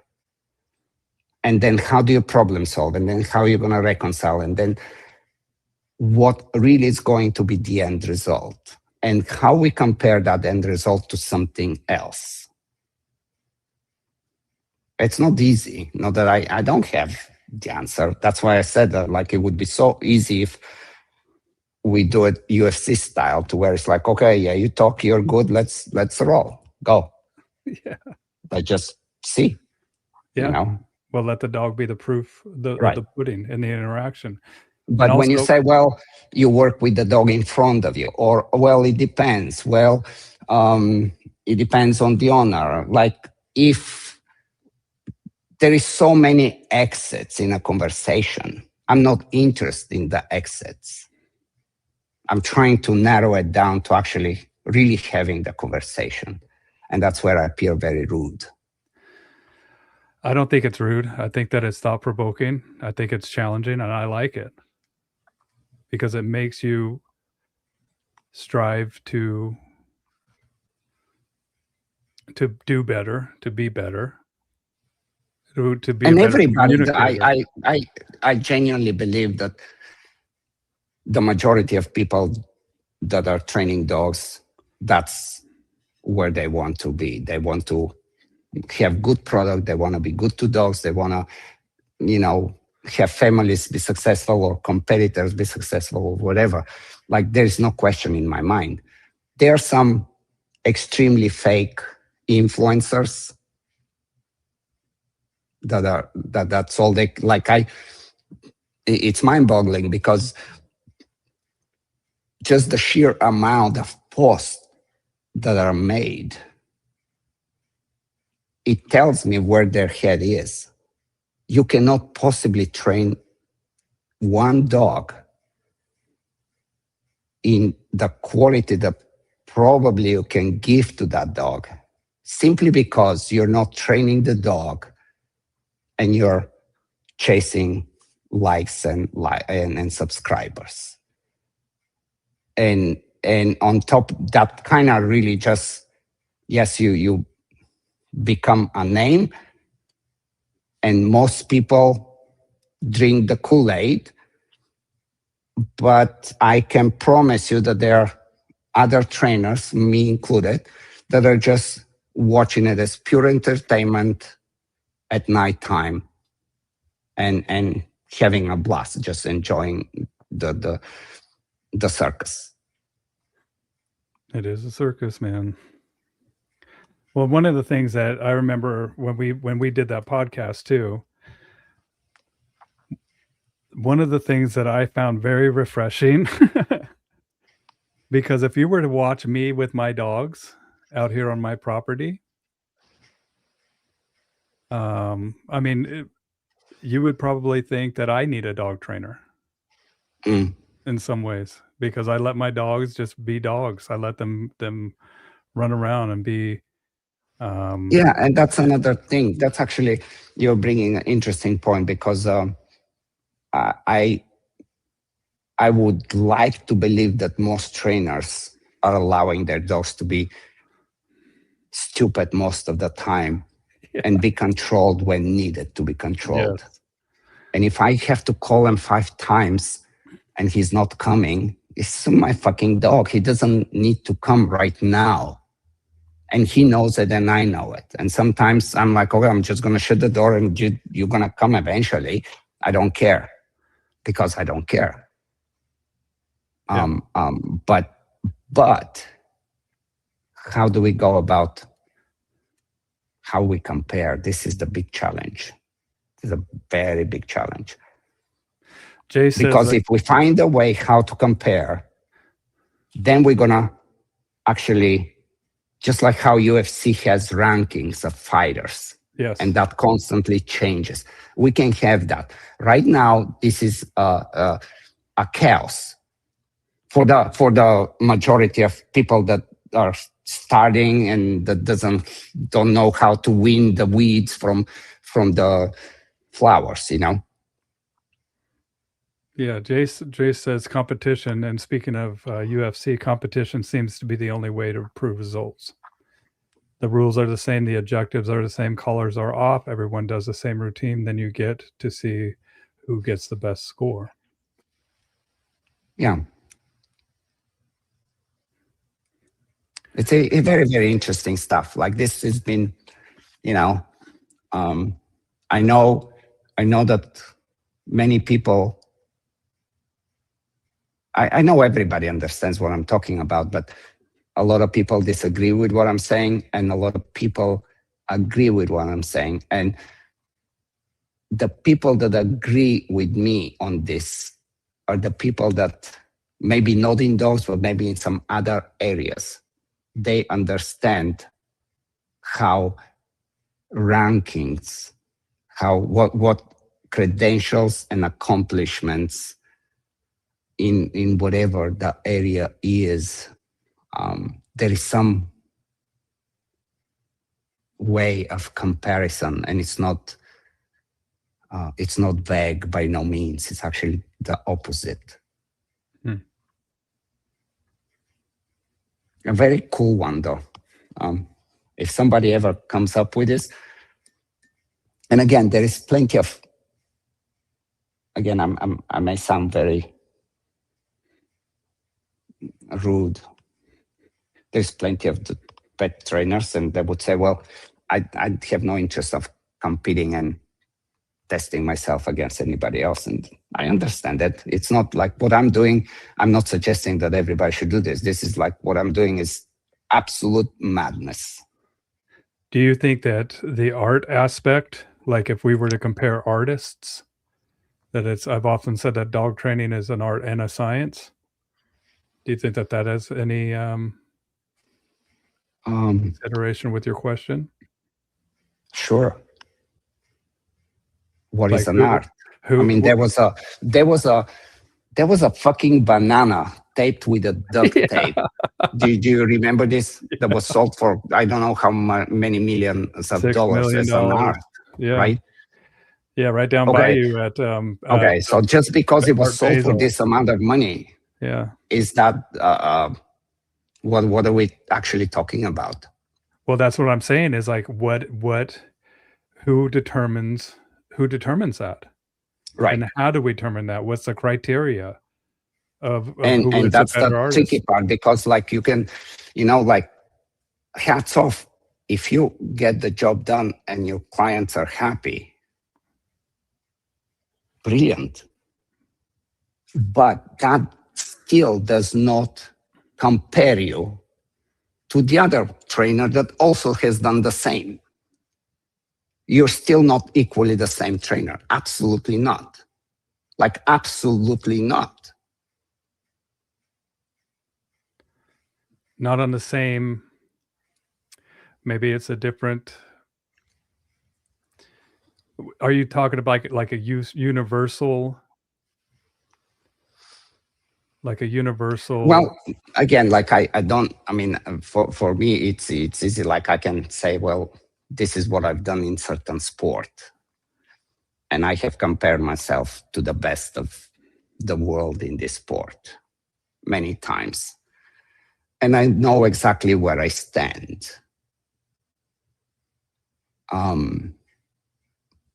Having said that, I also understand, and it's a valid point, that many good pet trainers will say, I absolutely have zero interest to do that.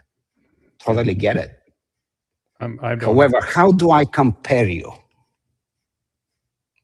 Because you've been successful with, let's say, 30 dogs or 300 dogs or 3,000 dogs or 30,000 dogs.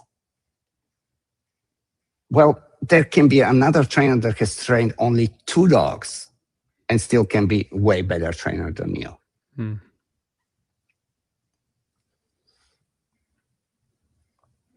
I don't know the answer, man. It's a tough one. Yeah. I'm gonna have to but contemplate it. At least for when we think of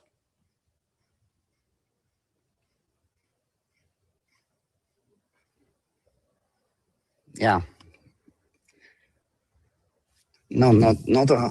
don't know. But your point being is that with these conferences, that they need to be careful on who they put on the pedestal, or provides a social proof that this person They absolutely, legit. yes, man, they absolutely do. But again, how do you make that decision? There is no criteria. So again, I mean, let's take Denise Fancy. So what you watched, you've heard her name.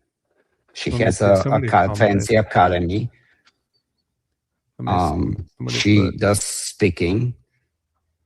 She has some accomplishments. I know these Fenzi from conversation with people at AKC Obedience Trial, though I recall Pat Stewart of the Canine Paradigm has spoken highly of her several times.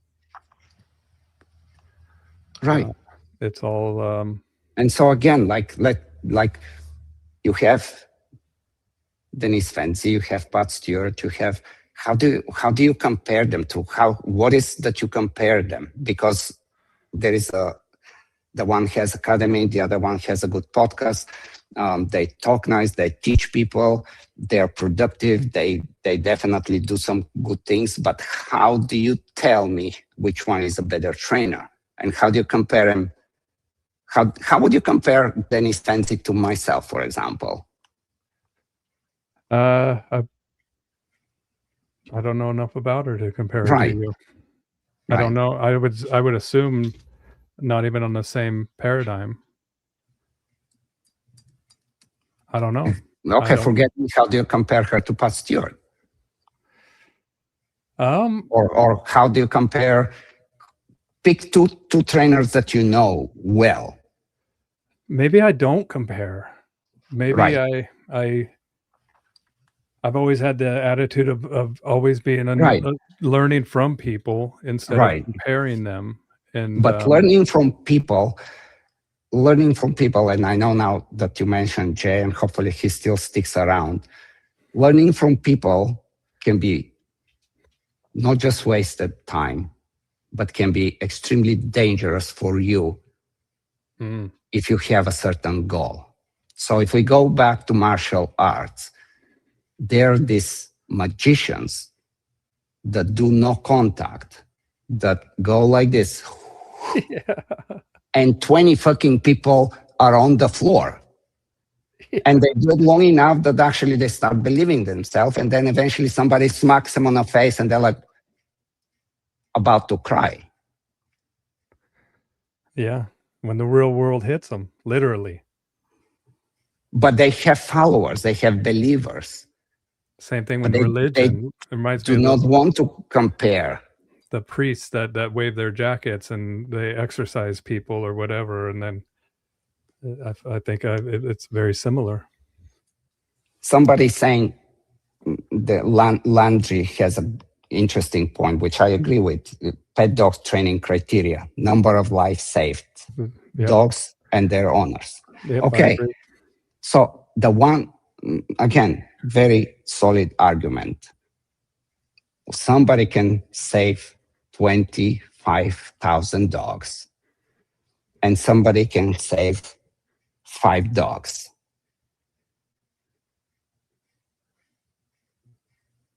The quantity is not what is the deciding factor of who is the better trainer. It absolutely cannot be.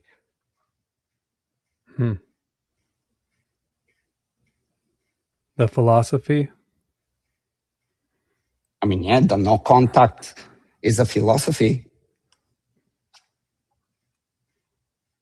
The results? The results. Compare. It's only when you compare. The results, again, being a pet trainer, you must be one of these really awful, like extremely awful people that basically somehow the animal care and the police come and take your dogs. You need to be that kind of bad.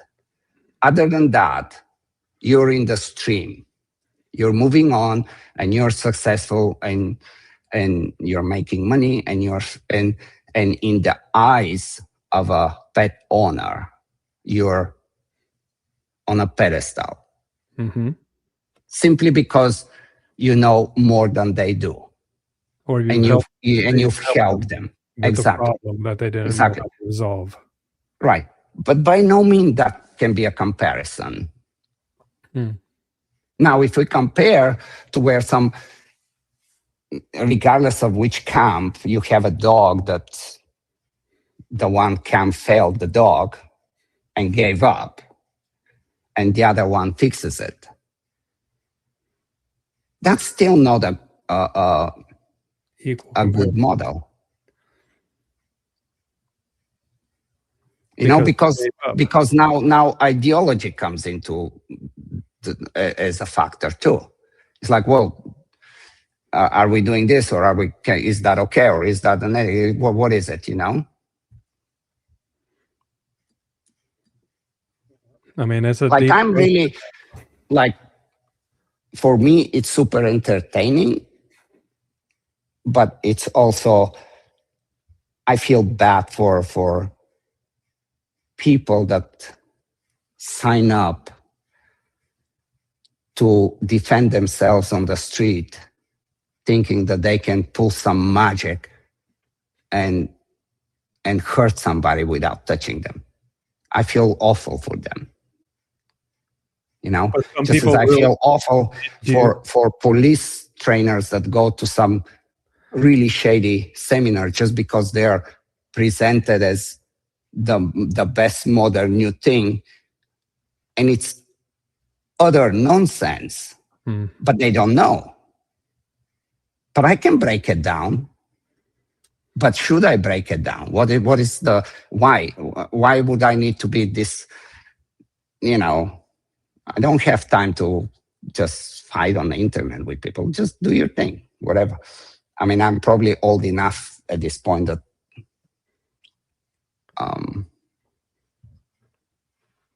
it's complicated. Yes, it is. It is very complicated. But I don't know. I don't know what that would look like, the comparison model. One thing people can do is be just a little smarter of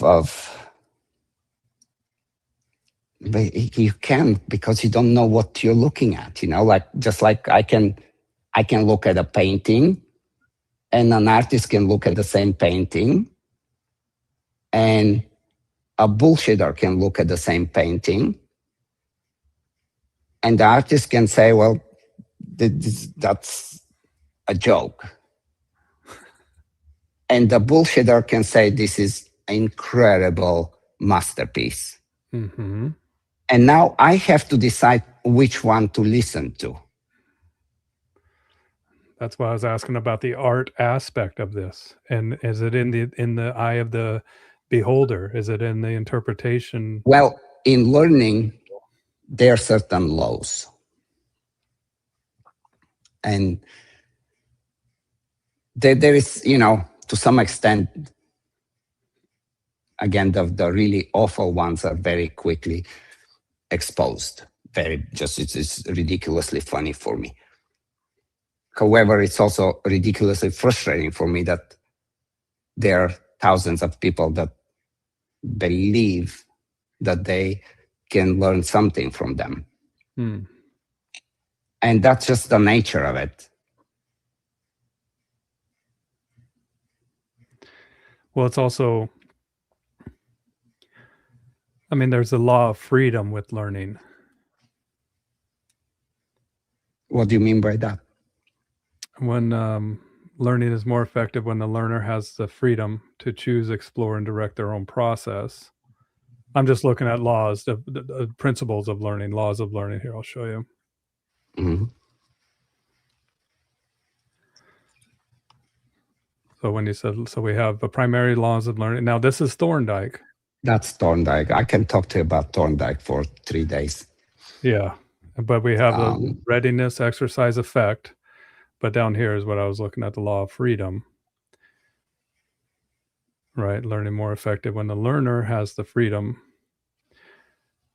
But here's the learner must. Again, the laws of Thorndike are, they really don't. They're not relevant to the conversation we're having. Although I can go in incredible depth on this, that I can break the AIs on this very quickly. I'm not disregarding. I'm actually. We teach this in the school. But it's a dog training is an art. It's a good way to say it. Yeah. And it gives you freedom to basically have different options and not to be rigid in the approach. If you have the knowledge, you can pick which will be the most appropriate for that particular moment in time. The art and the science and the freedom of your interpretation. But again, this does not compare you to. Like like, let's say you can have your art and I can have my art, and you're good in your art and I'm good in my art. And eventually we shake hands and everybody thinks that we're both really good in art. Well, one is better. You're better. That's what I'll say. But I mean, when I'm talking you and I, I'm not really talking you and I. No, I understand. Yeah. So we're a bigger picture. Yeah. And if we're talking art, it's like, okay, well, what art are we talking? Is it a sculpture? Is it an abstract painting? Is it there is endless options of art. So if you're good in this, are you really good overall in art, or are you just in this one little thing? And if you're good in that little niche, how do you compare yourself to the other that are just as good in that niche? Right? I have a couple comments here too. Trainers are teachers, though. Trainers are teachers, though. We measure teachers on how their students pass standardized testing, but we also witness when the teacher starts teaching to pass a test They stop teaching the student to truly understand the material. Well, and there's teachers that teach, but there's also teachers that teach how to think.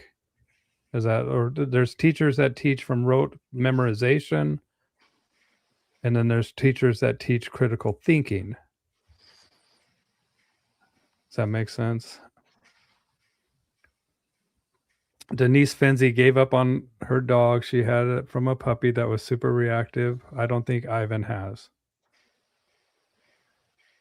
To say you, yeah, but again, even this is, you know, like I can see how somebody would give up on a dog. You know, me too. Maybe just not. It's not your dog. You know, you don't jive, or maybe as a pet dog trainer. It's not the dog for you. Maybe it's a dog for somebody else. It's not going to take you where you want to be, or you don't want to deal with certain things that you know. So giving up on a dog, it's also not a good criteria for me. It's a good way to backstab a trainer. There is many ways to do that, of course. I've had, as a pet dog trainer, I've had my clients give up their dog. It wasn't because again, like, let's take that situation with Denise. Like, let's say the real question here would be, if she really wanted to keep the dog and make the sacrifices that she needed to make because of that dog, would she be successful to keep the dog? And I would argue that yes, she would be. However, she said, this is just, why would I need that dog when I have to now just rearrange my life? And sometimes it's your choice. You have choice to make.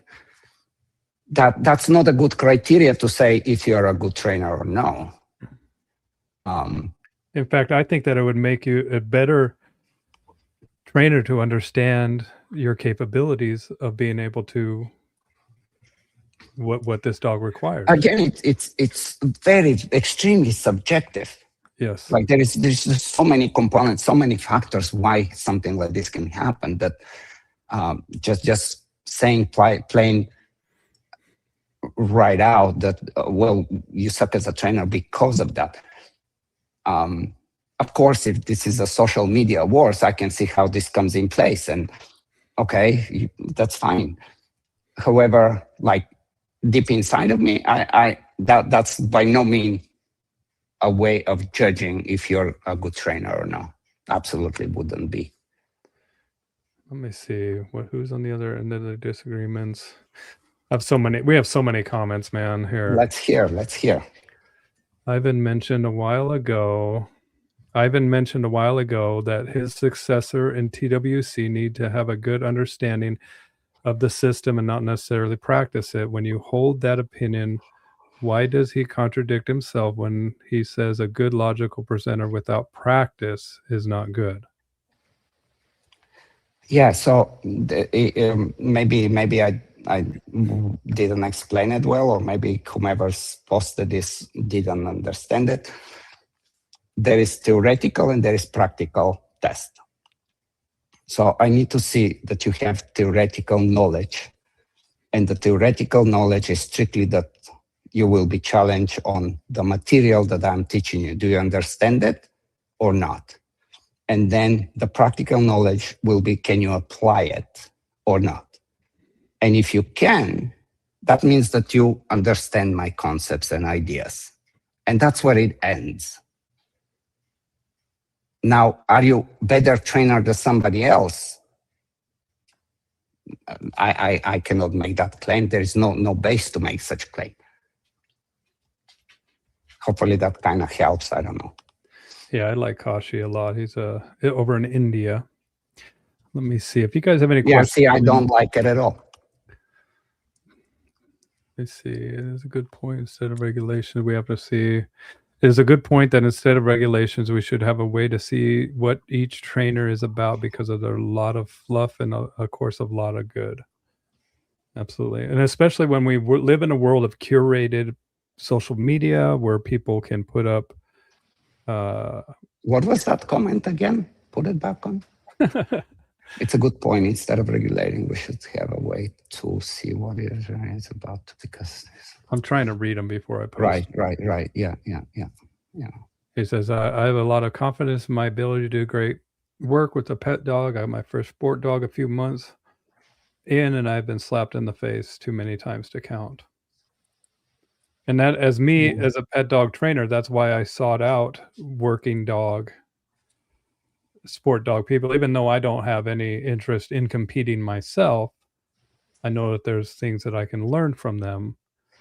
And maybe that's why what attracted me to Bart, watching him with Thor, and a lot of times, like, I don't know what I don't know, but it was impressive to me at that time. Trainers and teachers, we already did that one. Okay, we're coming back. Unfortunately, yeah, let's see here. I haven't read this yet. Unfortunately, Ivan is tired of all the current goings on and is getting unabashedly real about the way important things are trivialized today and dangerously. Everyone is an expert. Same goes for scientists. He has had enough. Yeah, and it's not, I wish I have an answer to it, but I don't. But somehow we need to be a little more cautious and realistic, and, question reality a little bit. I do not have the answers to it, Well, there's a saying that says, learning is the answer. What is the question? And I think posing the question is where we start. Is like, how do we evaluate? How do we compare who is really good? And what are the credentials? What are the nuances of knowledge? What are the application? Thing of none of them is teaching reading body language. Thing that none of them are teachers how to accurately read the dog body language, and that's when they apply methods that make shit worse. Hold on.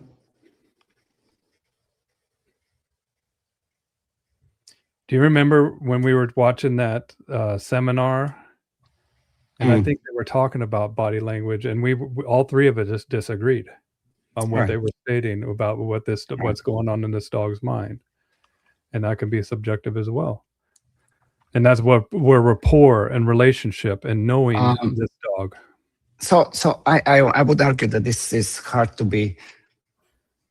This could be subjective from one point on, but the core of it cannot be subjective, because you can see, or it's a wrong way to say it, because it's not true actually. I see, and it kind of sucks that most people don't see it, and it just bothers me. But you should be able to see what motivates that particular dog, how that dog feels, how what the performance is like, and then you don't even need to compare it. You can really put it in a certain category of have you seen something better than that? And there is always like all the trainers that the ones that I kind of like, man, this is just not good training. It's maybe not horrible. It's not that it's destroying the dog, but it's just not good training. But I'm looking at specific things. And how do you learn what to look for? And how do you learn not to listen to the noise, the convention of the speech and the analogies and the endless cool phrases? But how do you strip all that down? Just shut the fucking volume off and watch. And learn what a dog, you can have motivation. You can have motivation for many different reasons. You can have, fuck, I just need to do this. Or you can have, I really want to do this. Or, there's just so many ways that you can evaluate 2 minutes of training.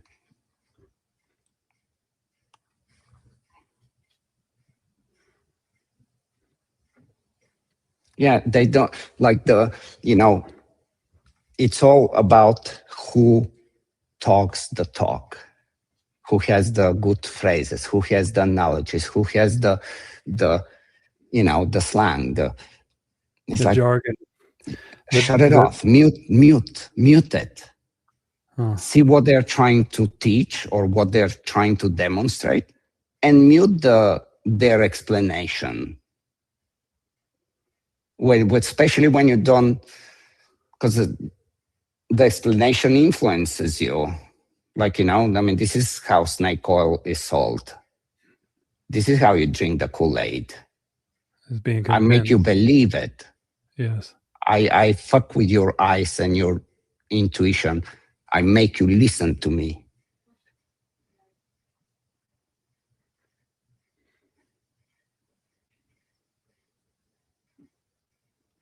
Let me see. If I'm honest, I compare trainers I know in person by watching from afar. They manage and handle dogs outside of any formal context. 30 seconds can tell a lot. It is in being dedicated and honest about your work, constantly improving and aiming for the top. And many think they know more than what they do and talk more than they should. There's a lot of egos too. And there should be. That's, I get that, and I actually like that. A lot of times it's without any base, without any foundation, because it's unchecked. Well, and I think a degree of this too is that we can make the problem go away by saying we've tried everything. And when I say make the problem go away, and your lack of ability and knowledge. Oh, hold on, my wife's going to go teach her yoga class, and I love you. Okay, sorry, I had to give my wife a kiss goodbye. Is that ultimately the dog pays for our lack of understanding with their life. When people are quick to euthanize a dog based on the knowledge that they don't possess. And, sure. And this kind of goes into the kind of the extremes we were talking about. So you can say, well, we tried everything, and well, you didn't try this, or this was against your ideology, so you definitely did not want to go there, even though, who knows, maybe would have saved the dog's life. But either way, being successful and saving that dog's life or recommending euthanasia still does not have a clear comparison to somebody else. Jessica? Like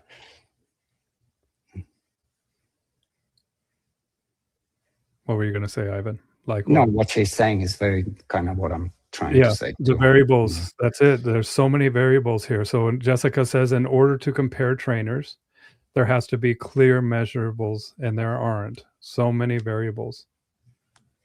That's absolutely true. Yeah. There's too much flexibility. Let's say there is pet training. Oh, look at that. There's too much flexibility in learning to cause wisdom. Yep. Let's say we in pet training is the most trickiest one.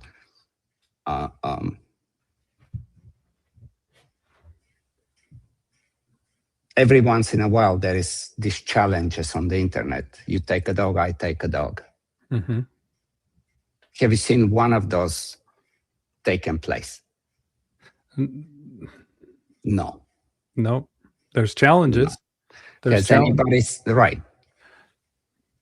There's have never taken place. And there is a good reason why they don't take place. because one will get exposed. One will be not as good as the other.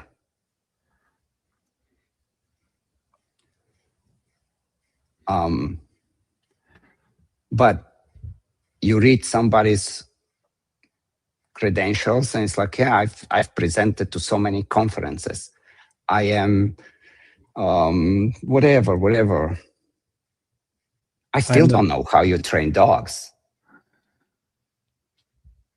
I have no idea. You know? And there is basic dog training, and there is average dog training, and there is an advanced dog training. But we kind of put it all into the same little ball. And it's like, you're good, I'm good. Let's just stay like this because it's, you know, we don't want to be, you know, attacking each other and be, yeah.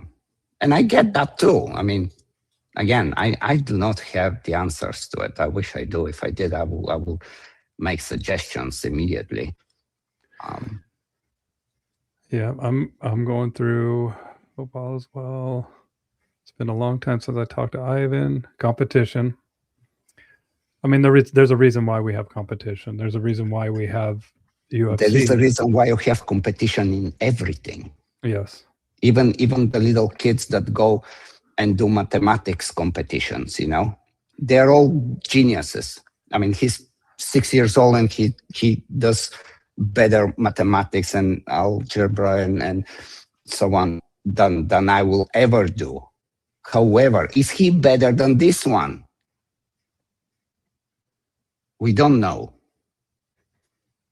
Unless they get together and they get to solve the same puzzle. Tim says, I wish we could talk about how to train dogs rather than who's better than the other. Sure. How do we talk about how to train dogs? I mean, that's a... Who do we find out who the authority is that we learn from? Older dogs, 5+ that play play with them still feel. Older dogs plus 5 years that play but play with themselves, still fixable to get them to play with their human.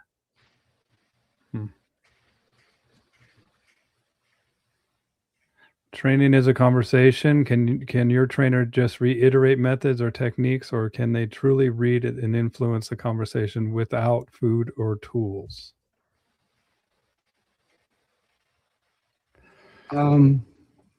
Yeah, it's not, again, training it's really instruction, just like as we were talking originally, like how you would tell a kid, or how I would tell you, hey, go bring me another cigar because this one is gone, you know?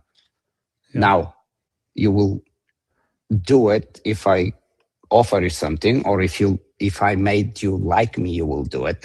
Or if I force you and you avoid some bad stuff happening to you. There is many ways that I can convince you to do it, but I will very quickly instruct you, and then we can manipulate you one way or another to make it happen. With a dog, it's going to be a very different way. That I will have the dog go and get the cigar, right? I'm looking for the picture of you giving me a cigar. My first Cuban cigar. So it's a controlling, you know, how do we interact and how do we control the behavior? Well, how do we interact? Look at that. And there is many ways. There you are. Yeah. First Cuban cigar. Sorry, I had to, when you talked about giving me a cigar. Yeah, it was a good one, man. We have Kirabel asking about why does Ivan refuse some people from learning his system? We talked about not like you do allow Napopo. If Ivan's goal is to improve the industry through education, why does he turn around people seeking to learn more. Yeah. Yeah. I mean, me and Kirubel have shared this privately. He's tried to make it public. It's very easy, you know. It's not I have no intention to teach everybody in the world. I'm a human. And as a human, I like to interact with some people and I don't like to interact with other people. And there can be various reasons, and I'm talking directly to you, Kirubel. I just want you to understand that this is not you cannot make me or paint me as a, you know, somebody that is keeping a secret or it's not wanting to teach the whole universe of my system. Just like I just like you, just like any person, we like some people, we don't like some people, and there is reasons for and sometimes the reason may not be even legit reason.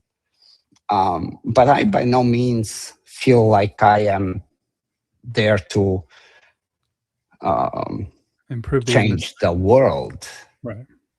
I am changing the world. I'm giving what I want to give, and I'm very happy to do that. And you know, like there is sometimes somebody's gonna say, "Well, I'm just watching at my ping pong table here," and somebody's gonna be, "Can we play ping pong?" And I'll be like, "No." And I may have 20 different reasons why. And the very next person can walk in and ask me, and I can say, "Okay, I'll play with you." But you cannot turn this into anything more than just being a human. It's not I am not Cornell. You know, it is very different. So hopefully that kind of sinks in, and things change on top of everything. It's not like, you know, we all can change our how we see things and what we think, and you know, it's never. I don't believe on never ever. However, I don't like when, you know, you do some public letter to Ivan or you tag me to some post. If you tag me to a post, why? I clearly don't want to engage. If I did, I would. But, you know, you got to have some respect to that. And then to say that, well, he's not a real teacher, because if he was a real teacher, he will just give it to the whole world. Maybe somebody does, maybe somebody doesn't. These are, you know, again, there are many different factors. I not necessarily need to go there. It's not just as I gave it the example with the ping pong, you know. Yeah. Well, it's your prerogative. It's your school, and ultimately, it's your decision, and it should be respected. And that's all we can do. I think it's just yeah. I mean. So with the comment earlier about older dogs playing with themselves, freaking Larry, you know what Larry says? I'm sure he said something cool. I play with myself too. So, Larry, I don't need to freaking have that in my mind, dude. I'm gonna go up to sit in the steam room. How would so have you ever, I mean, Dylan, we talked about this a little bit. So Dylan, Larry needs to come to my place soon. Let's go, Larry. I'll go with you, buddy. I'll go with you. Larry, you say the date and we'll make it happen, man. And we'll smoke cigars, and we'll actually have a freaking podcast with good audio.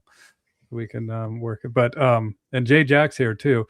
But Elkin says, this is what I like about Dylan, is that he's working the TWC program in the pet dog world. So there is translation there. Would you agree? And would you ever think about how to structure a design for competition for pet trainers? Again, I will tell you interesting, and not just Dylan. I mean, there's tons of pet trainers that come through the school, and I force them. Initially, I have to force them because they cannot put two and two together and see how one can help the other. But again, what competition does is it strips layers. Yeah. And it deals with controlling behavior in variety of circumstances, with competing reinforcers, with just some monotonous repetitive tasks, and still maintaining interest.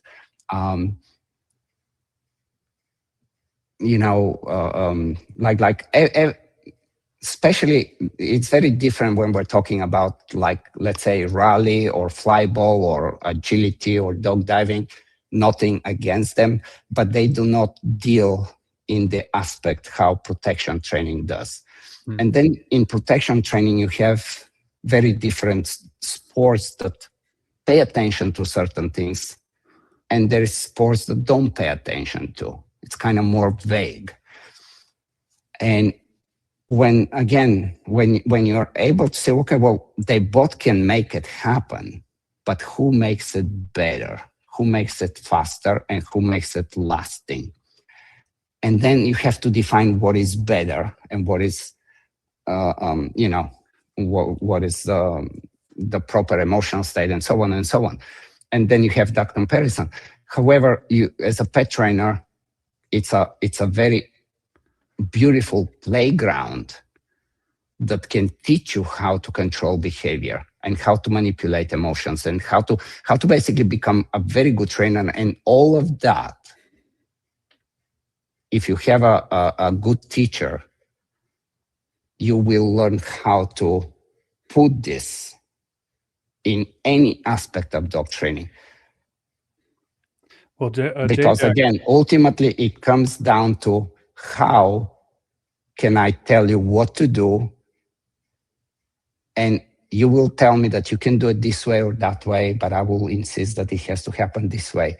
And then how I go about it, how you act about it. Just as I said, like I can tell you to go and get a cigar, and you can say, Ivan, I love you, I'm running to grab your cigar. There is no other reinforcement for you. You just do it because you like me. Dogs do that too.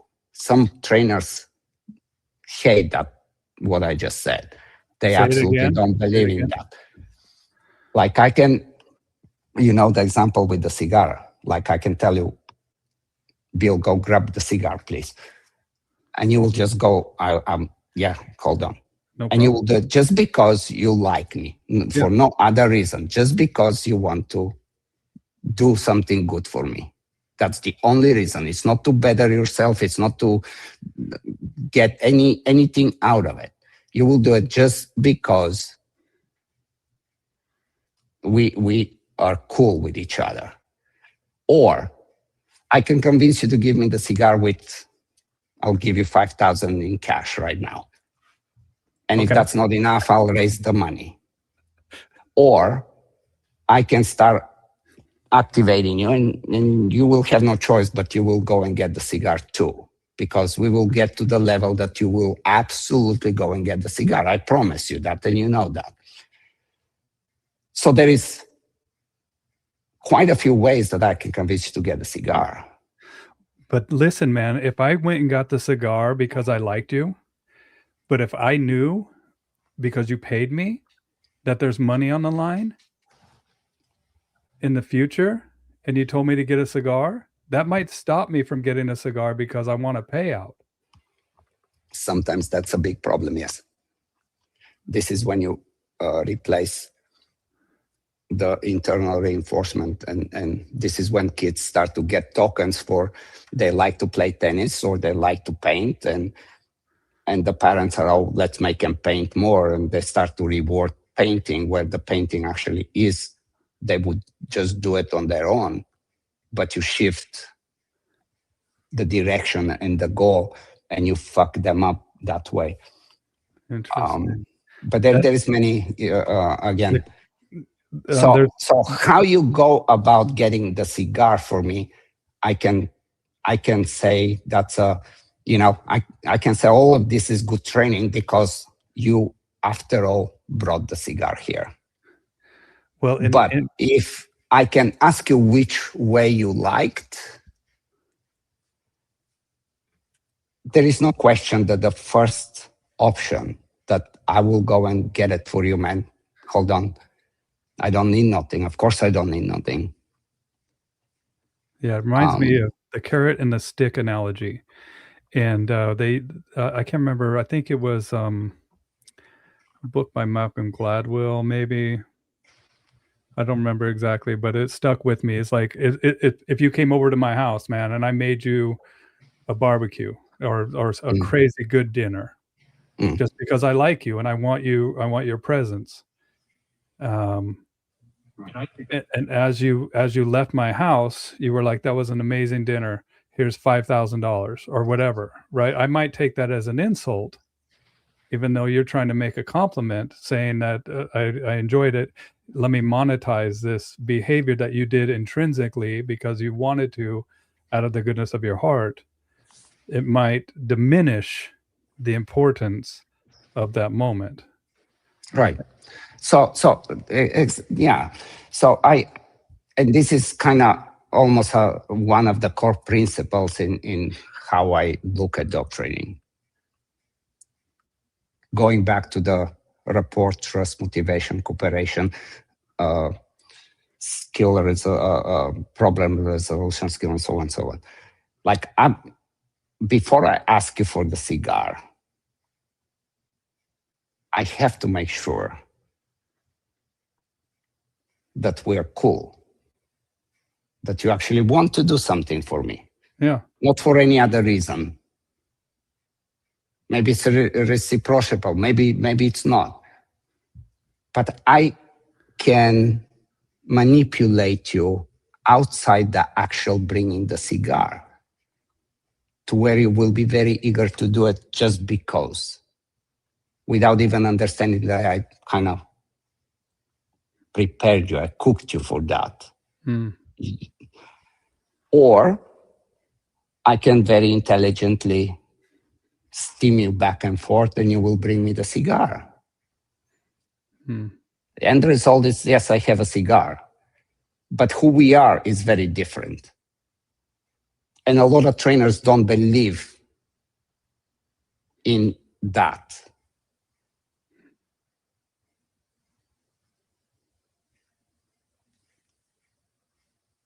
That's wild. And maybe don't believe because they don't know how. I don't know. There is this whole fucking thing about like you. The moment I hear somebody that trains dog and starts on the premises that the dog is at any moment ready to just show you the middle finger, that's where you're done with me. I don't believe dogs are like that. I really don't. I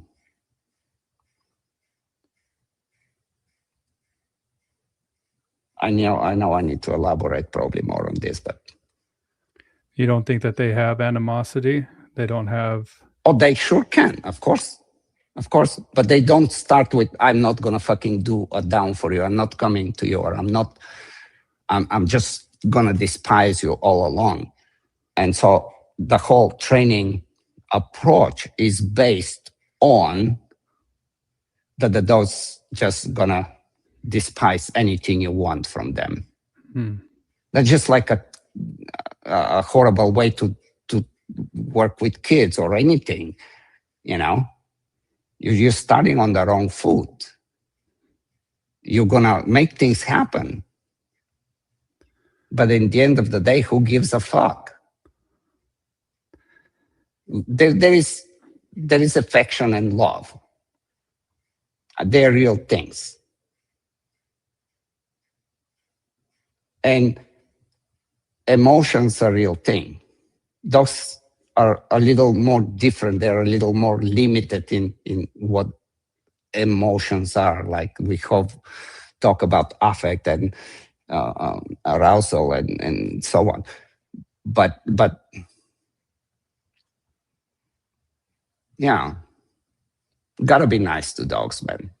Well, You gotta give them credit. They're not there. Like the moment anybody starts with that mindset is like, I don't have anything for you. do you think that also that because people are asocial, that there are psychopath people that they don't have? I don't think though. I mean, yeah, of course you have that sometimes, but I don't think. I think there is a big wave of trainers that really, they're not sociopaths. They just Mislabeled. look at the dog in a very different way than how I would or how many people that probably listen here would.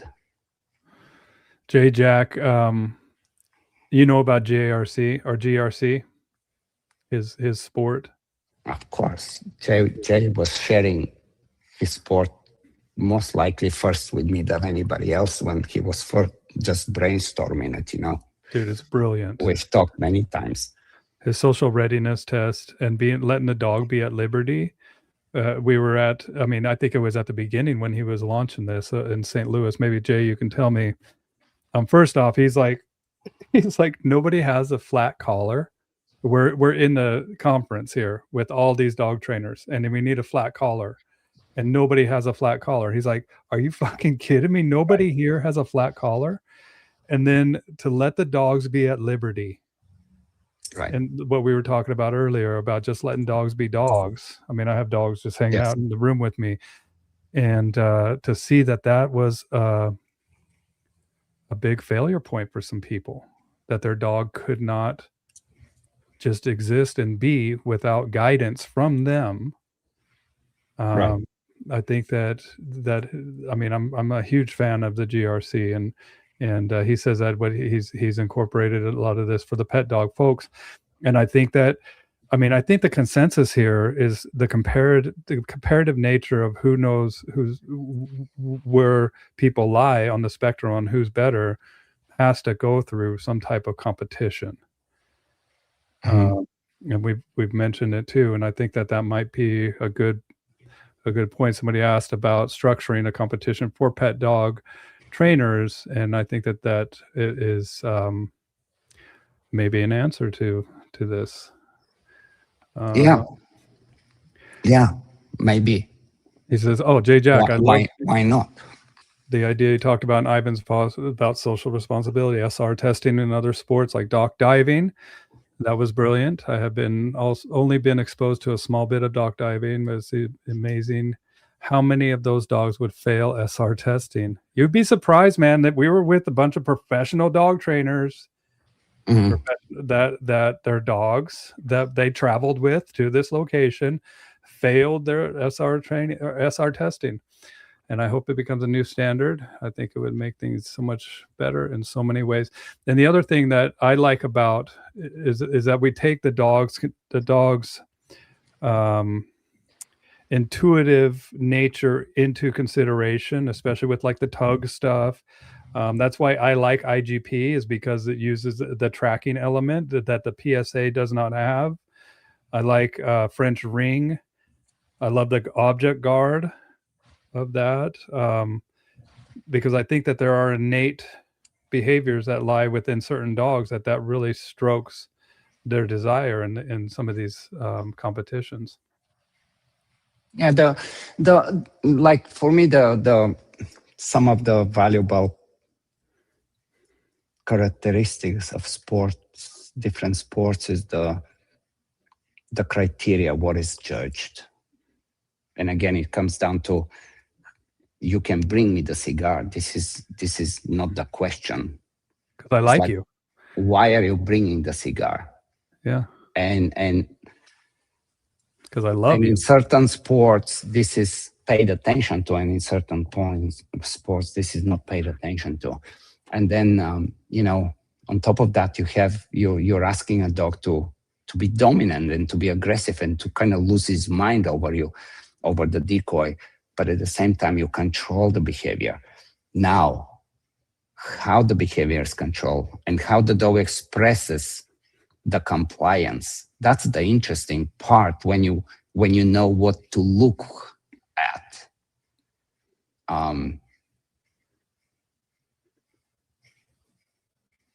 Dog training is cool stuff. And again, I don't know. We started off with bashing everybody, but it's not quite like that. It's really not quite like that. I don't think you're bashing them, Ivan. I think that you're raising legit disagreements that you have and asking questions that brought up good points about, especially with like the dopamine box, and like, I don't believe that this is needed. I don't think that this is necessary. And same thing with the shaping. And I mean, in a lot of cases, it's not even applicable. Productive. Yeah, it's not. It's just not productive whatsoever. And then, I mean, I don't even want to kind of. I mean, I will here. So what ways would your system differ from the NAPO system? Would be more relationship based? So let me read the comment for anybody that's listening. I am interested in NAPO. What does Ivan have to say about his system in comparison to Bard's? Or what are things outside of shaping that was discussed that he doesn't agree with? I mean, that's another hole that we can go down. But I mean, I already said, like, it's really everything. And I know this comes really harsh, and it shouldn't come harsh. I'm just honest, and that's not. It should not be harsh. And I need to. I don't need to be apologetic. I don't need to be anything. As I said, me and Bart respect each other deeply. We talk. I mean, I'm gonna see Bart in Germany in a week. I know we're gonna have great time. I know there's been times that we've been kind of put against each other for no reason. That's not my point. But I don't see, like, like, I would have sponsors, and it's like, hey, would you sponsor? And I'm like, if I don't like or I don't use it, it doesn't make sense. Like, I wouldn't, have a Coca-Cola bottle just because I'm gonna get a lot of money. I'm at this place in my life that it's, at least I have to be honest. But it doesn't mean, like, I don't think there's anything that we do. We're taking very different approaches, and the reason we're taking very different approaches is because we look at how we obtain and maintain behaviors in a very different ways. Yep, like, and radically different ways. And I think that it's important to have these discussions as well. Distinct canine. This is something, and I'm not attacking Bart or Michael or any. I mean, I'm here as somebody that has gone through the program, that has taught it, but I owe it to the dogs to do what's best by them. And there's a lot of things that Ivan says that I agree with. There's a lot of things that Bart and Michael say that I agree with. There's things that I've seen, but I'm always willing to change. What do you agree with what Bart says? I agree too. I'm just curious. Just with finding, introducing hope and what does it mean to introduce hope? That the dog can find their advantage through the behavior itself. And then explain this a little bit better. Besides the typical words that are used, what do you mean by that? So the dog can know it's. Give me a training example. So you're teaching a dog to recall. What kind of hope are we talking about? Not just the recall, but the biggest word that I took away from NAPO is tough. No, but let's stay with hope. I mean, we can go to tough too, but yeah. So the dog learns that. I guess it, in a way, it is about building this relationship.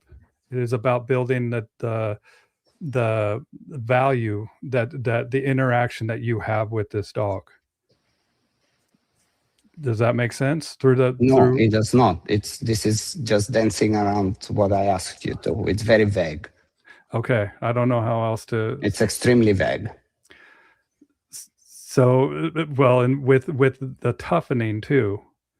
So bringing about the relationship to a higher dynamic through the interaction that you have with this dog. Pick an example. So otherwise it's just conversation, right? Right. I'm trying to think of one, man. Like, I'll let you think. I'm gonna answer Kirubel asking because he's very curious if I understand Nepopo. Kirubel, I understand Nepopo extremely well. Okay. And Kirubel is right. Like, there are desires that the dog has that we're trying to figure out and to. So let's stay on track, Bill. I gotta keep you on track. One of the things in the system that you like was the hope factor. Yes. And I'm asking you, as I don't understand it, let's pretend I'm asking you to elaborate and give me an actual example of what hope means in dog training. It means. Otherwise, it's just words. I mean, it probably is. It's the glue that motivates the dog to be with me. Give me So when give me an actual example. You have a dog, and there is a moment that you're gonna say, "I'm." So the unforced. I'm giving him hope. Unforced force fetch, right? So I present an object to the dog. The dog shows interest, and I reward that dog, right? And then and then as the dog shows more and more interest, it's a good question, man. Like the hope itself, it's building within that dog. The behavior is going to result. I need an actual, like, straightforward example. Now, I can let you go. I can give you a pass, but now we are kind of stuck the same way I was stuck with Susan Garrett. Yeah. Or you can pick another one. Pick another one if you want. I mean, it's something that I'm also kind of. I mean, what I've learned from Nepopo. Do you want me to pick the toughening? Sure, of course. And so using negative reinforcement, which is the release of pressure, especially with leash pulling, with dogs that have been shut down that I've back tied with maybe a bungee cord or something like that, teaching them to pull through to get the reward. There's, unless I had a particular case in front of me right now, I'm trying to think about. No,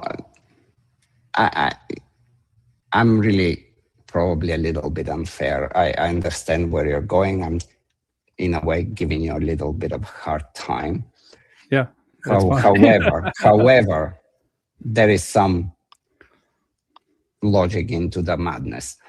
So when you were, what did you say? Tough, or what was it? Toughening. Well, and toughening. So what you're basically saying is that if any kind of aversive is applies, the dog doesn't come.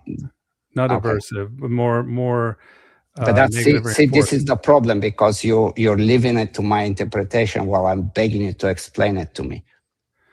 Okay. So not inversive. We're talking incremental changes to build that But start motivation. over. Give me some concrete example of in dog training.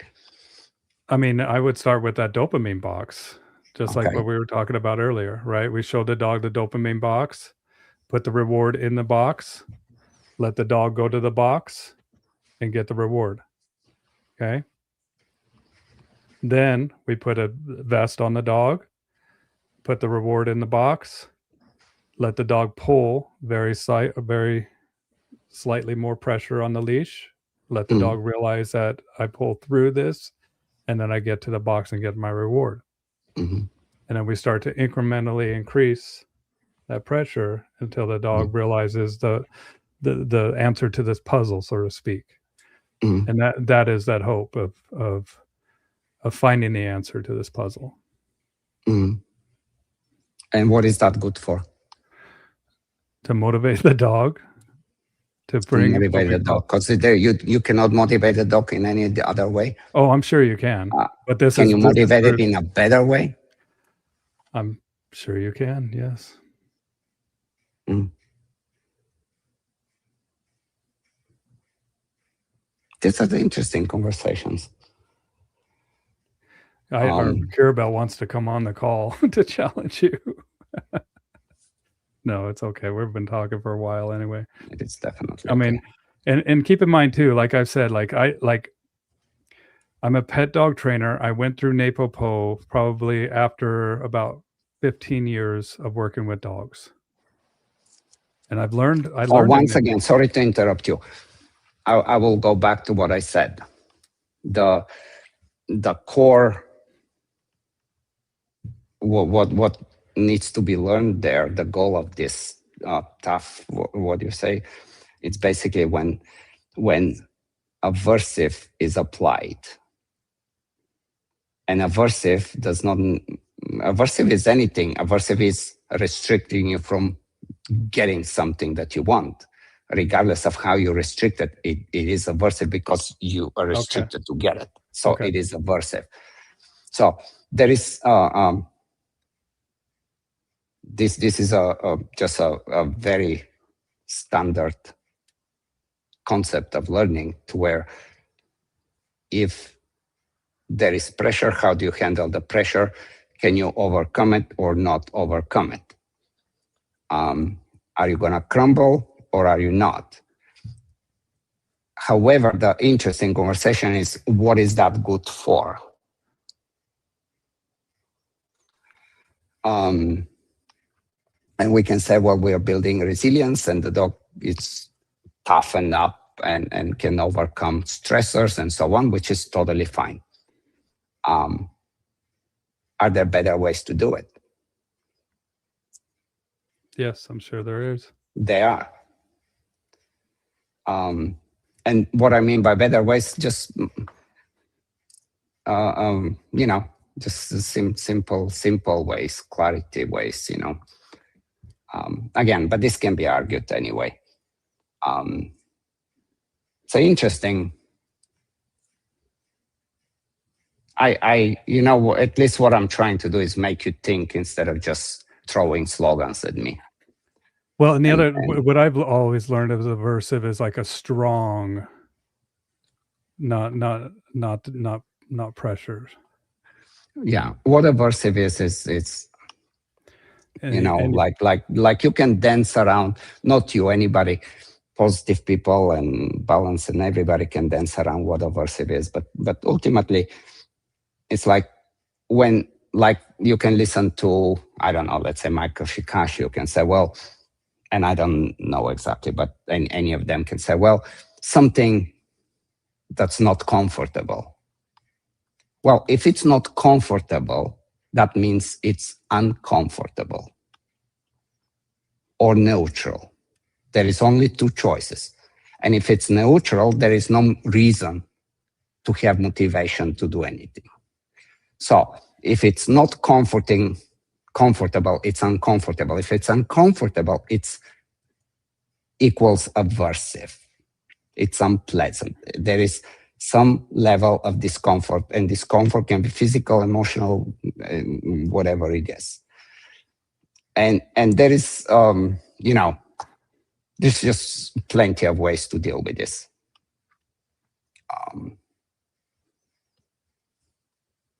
It's interesting. Hopefully I'm not, again, I really feel like I'm just on a full-blown attack, and I don't mean to be. No, I mean, this discussion is important, I think. And you do raise some good points about, is there a better way to do this? Is there...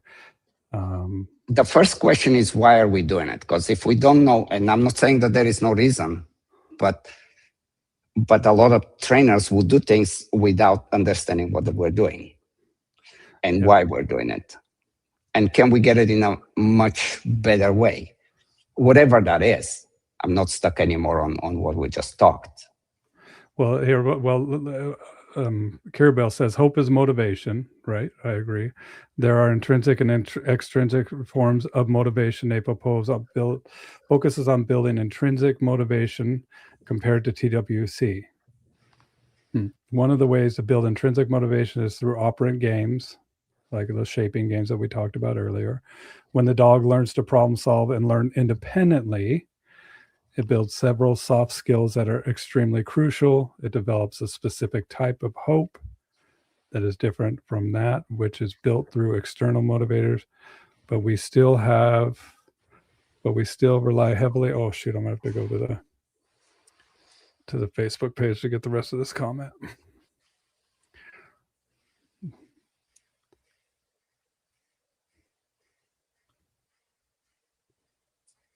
Sorry, I'm going to the...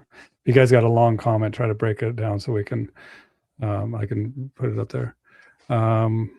It develops a specific type of hope that is different from which is built through external motivations, but we still heavily develop relationship with the dog and clarity on giving external instructions and teaching, just like TWC.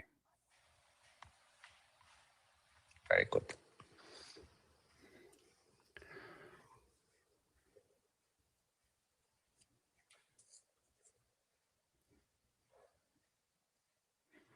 Leash equals aversive, period.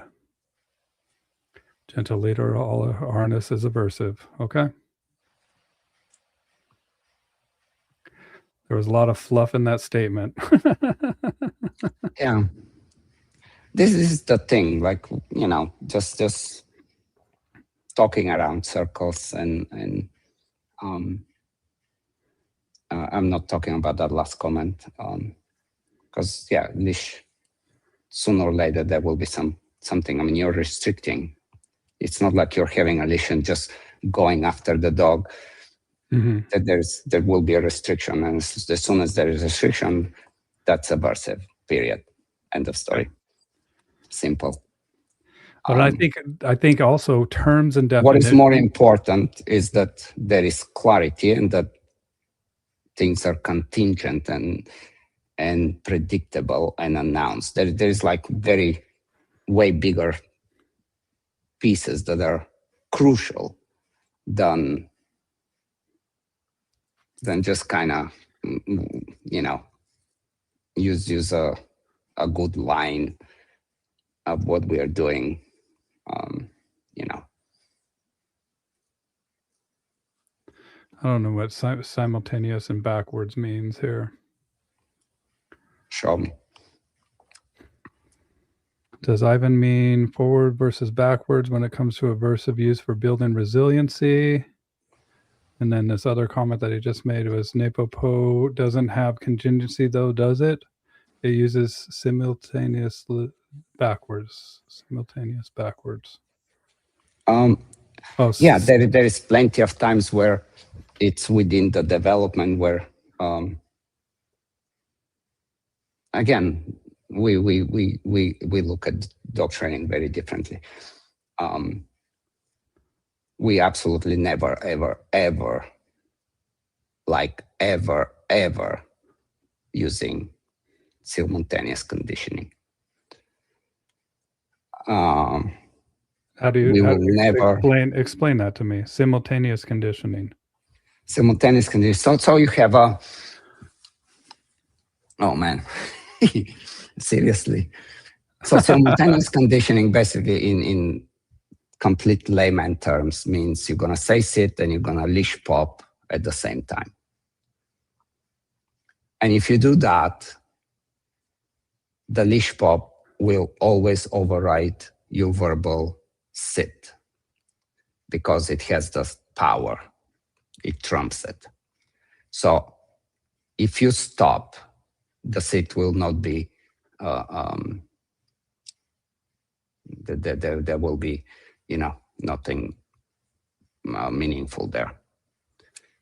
What Forward about conditioning would be you say sit and then you do the pop. Backwards conditioning will be you do the pop, the dog sits, and then you say sit. Okay. So in learning theories and in practice, this is proven what works and what doesn't, and it's explained extremely well why that is. And it's super easy to be demonstrated as well. Next time you come, I will show you exactly how, Okay. how just remind me. Forward. So if you say sit, the dog sits, no leash pop.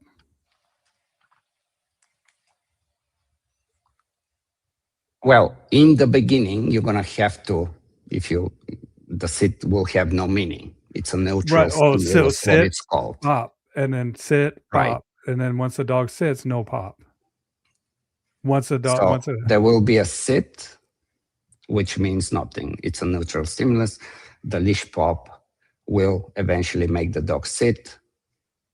The dog sits, there is no more leash pop. So this is a forward conditioning and negative reinforcement. And basically the dog now is in a escape stage of the negative reinforcement paradigm.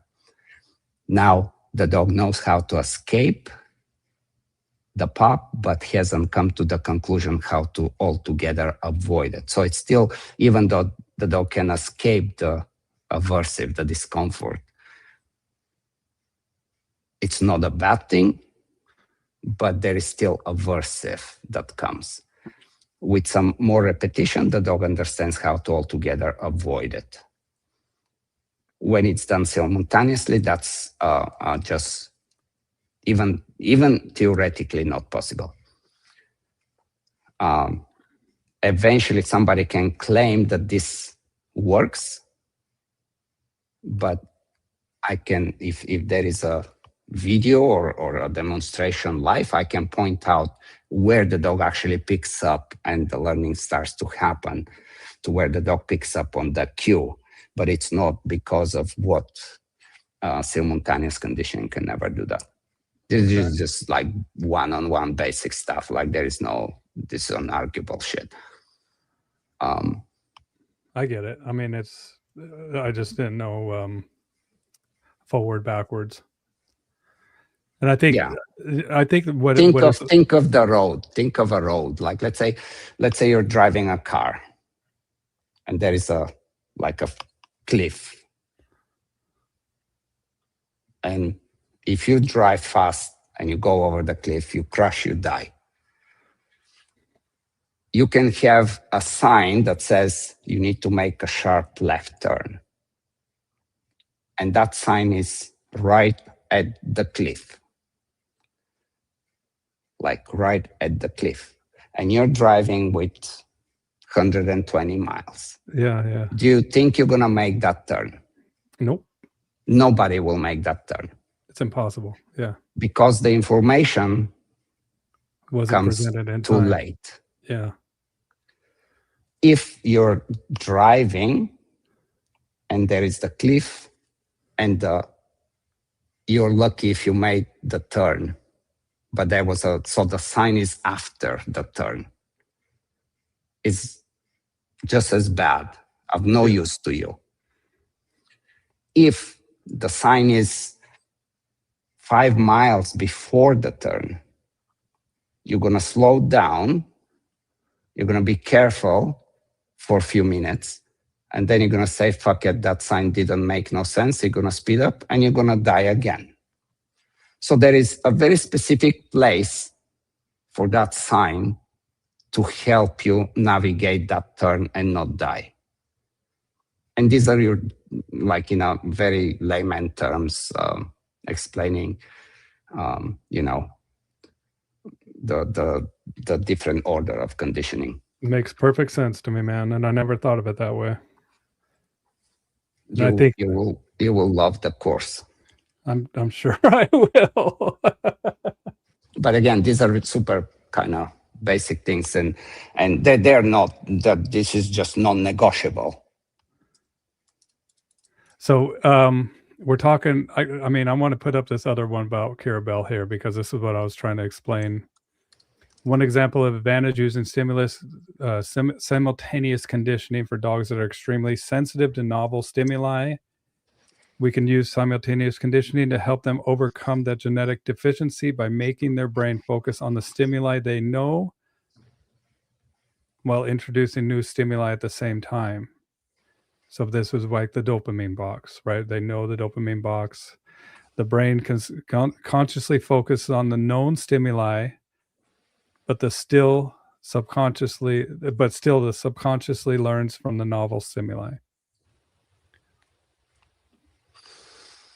Yeah, I mean, this is nothing. I don't feel I need to comment to this. There is no. I said what I need to say. Okay. There is delayed conditioning. There is trace conditioning. There is simultaneous conditioning, and there is backward conditioning. Now there is few others kind of layered onto that, but these are your basic ones. And basically the trace and the delay, they kind of, what I call forward. But yeah, there is certain things that it's kind of, once we know that the earth is round, there is no way back to anything else. Like anybody that claims that the earth is flat, it's just, there is nothing to say to it, Yeah, but they're out there. They are out there. Yeah. Yeah. Well, and I think too, we didn't really talk about any of this, but we've been going on for a long time, and I want to let you go because no, I'm good. You are talking. So if you are fine, whatever. No, I'm perfect. Yeah, I'm good. We can go. So I'm going to take. I was, when you, I really, like, I tell you, keep your thought. Natalia was like, you have a podcast or something tonight. I'm like, no, it's tomorrow. She's like, no, in my calendar is tonight. I opened the calendar and it says tonight, and I fucking change it to tomorrow because I'm somehow convinced that it's tomorrow. I'm in the sauna and I look at the phone and you're telling me that we start in 30 minutes if I'm ready. And I'm like, okay, I'll be ready. Anyway, so where were you going? Are you ready to remember how we were just talking about going off the cliff to take a left turn here? We're going to take a left turn here. Let's go. So we talked about euthanasia and dogs, and this is something that we talked about at the conference with Jay Jack. And something we touched on a little bit when I was there. But have we really tried everything when we're working with behavior modification? And one thing that I think needs to be considered, and I want to hear your thoughts on this because I know you've looked into it a little bit with the jellyfish and stuff. Are you ready? Psychedelics. Let's go. Oh, shit. Yeah. Psychedelics have a profound effect on the human mind, the human psyche. Yeah. I have seen it personally. So we've had the conversation privately, you and I, and I am, I'm quite deep into this. And do you want to talk about it? Unfortunately, I not yet. Okay. Like we are very much into this right now. It's just one of the few ways that we can reprogram and open, critical period windows and so on. I mean, it's a much harder conversation to do. Well, and we don't have the data sets in front of us that show. I mean, I do, but this is like just not a, yeah, that's way too crazy. However, when my things are dying, let me see if. Can't hear you yet. Oh, here, let me put you off mute. Hold on, can I mute? Mic isn't connected, it says. They might need to do it. I can't hear you. So while he's doing this, I discuss about the profound effects, and we won't really talk about this, but I think that in the future, as we start to evolve with behavior, unmute mic, because they choose to mute themselves. So you got to hit the unmute button. There it goes. Gotcha. Okay. Can you hear me good? I can. All right, perfect. So the one thing about kind of just a little bit before you went off on psychedelics, like how so you have we have few levels, if you want, of force-free trainers. There is the one that are extremes to where they would say, well, never aversive. There is the other ones that would say, well, we need to go through these other layers before we use the aversives. And they believe that this is the right way to do things. And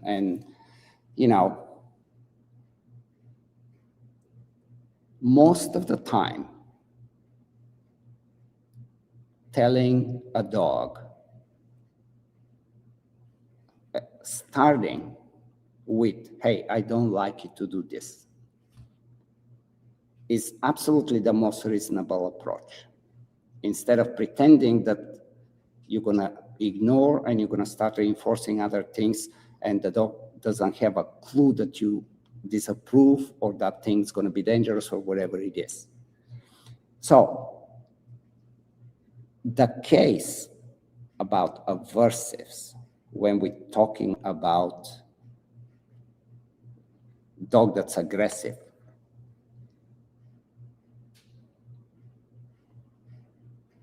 there has to be, as a first thing in line, to say, dude, this is wrong, don't do that. Like, don't do it. And then we can go on anywhere we want to go. But the idea that you're going to focus on counter conditioning, desensitization, differential reinforcement, whatever program you can pick without telling the dog, don't do it. And the conversation starts with, do you ever tell the dog no? And some will say no, because it's aversive and it leads to the fallouts. And some will say, oh yeah, I can say it and it works. And then it's like, well, what if you said and it don't work? And why did it work? It works because it's a conditional punisher. It's a secondary punisher. It's programmed that has a consequence afterwards. This is the only reason why this is happening. And you know, like having a conditioned punisher or again, secondary punisher is basically really, it's just a stupid, simple thing. You know, how do you make it? It's just a transfer of function. You know, the punishment itself, but then you can transfer the function of punishment to another signal that says, hey, if you have a chance to actually respond before the punishment comes, it's your choice. And eventually when that's established, then you very rarely will need an actual primary punisher. But anybody that argues that, no, I don't say no, or I would do that as a last resort. Like we're basically either holding the needle or we're going to use aversive. And you think that you're, as a force-free trainer, very progressive in your way of thinking, because you're not opposed to aversive, but it comes as a last resort.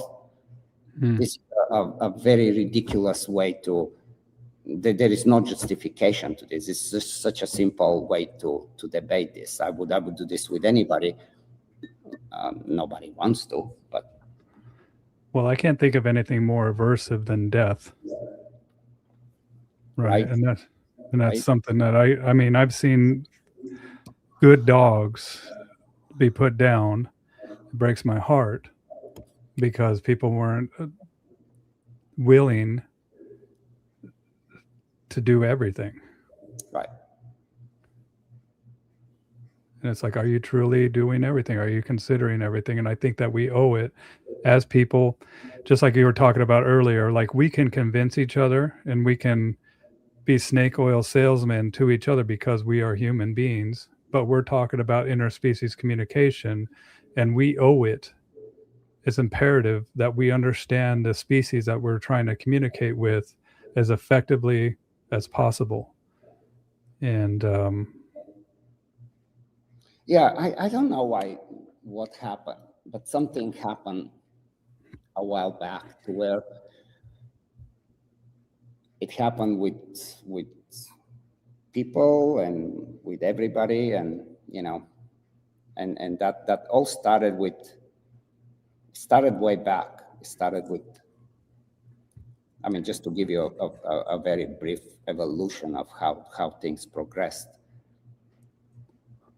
There was 100 and something years ago, John Watson. He was a psychologist, and he did the Albert experiment, the fear-induced, through classical conditioning, emotional conditioning, banging a gong, showing him a little rabbit, was it, whatever, and then eventually got associated fear. But yeah. Besides upon that, I'm mentioning this because that's kind of what, if anybody knows it, but not really know it, that's kind of what may ring a bell. But he also said that he had a saying, and you probably have heard it, and most of you people hopefully have heard this kind of stuff, because these are important things of how learning theory evolved. So understanding reinforcement and punishment all of a sudden became a big boom after Thorndike. And so he would say, give me 10 infants and I can make them robbers, I can make them astrophysics, I can make them whatever I want through reinforcement and punishment. He puts fire in front of the baby. Do you see the... And so, needless to say, that didn't work. Like, no matter how much reinforcement I get and how much punishment I get, I will never be able to paint like an artist or understand astrophysics. I'm genetically not allowed to do that. So from that point, we know that reinforcement and punishment is very limited to a genetic predisposition as a one thing and the environment as another thing, and so on. Skinner comes in. Thorndike, meanwhile, comes with that law of effect. And the law of effect basically states, if you reward something, it's more likely to happen. If you punish something, it's less likely to happen. Then he kind of revised that law of, and he says, well, the reinforcement part is valid, but the punishment part not so much. Skinner takes it further, and basically they're already on that direction of punishment is just not as successful. it's temporary and it has a lot of fallouts and so on and so on. And the whole speech that it's still relevant that they continue to use. However, there was many holes. I don't want to go through this why and point all this, but the way they were applying punishment, it was for their time and for their knowledge, but totally inappropriate. So of course it was not as effective as reinforcement on the other spectrum. Then Zidman comes much later, and he makes this coercion, and it's fell out. He has this big book, and everybody, the force free, that's kind of where it all comes from. There is a huge movement from, again, more than 100 years ago, trying to convince the whole world that punishment is not going to work, it's not going to last, and it's going to have plenty of fallouts.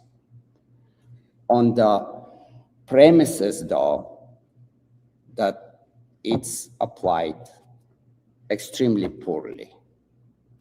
Now, there is plenty of science after that's done that demonstrates the effectiveness and the power, and especially like even when we're talking about the condition punisher, forget about the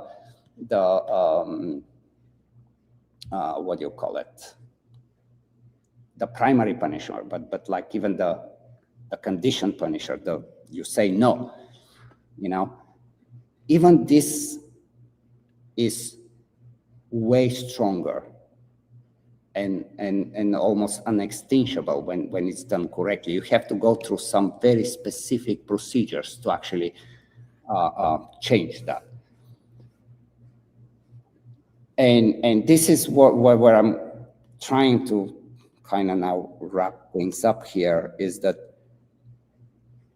somehow the poor application of punishment and understanding of punishment from 100 and something years ago, it still lingers in the force-free community, as this is not, it's just the big fallouts, intimidation, fear, and pain, and all this.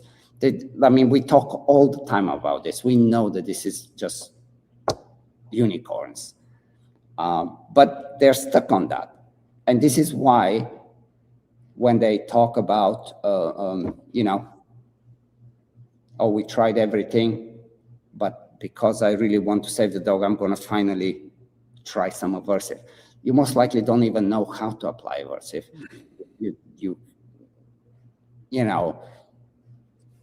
And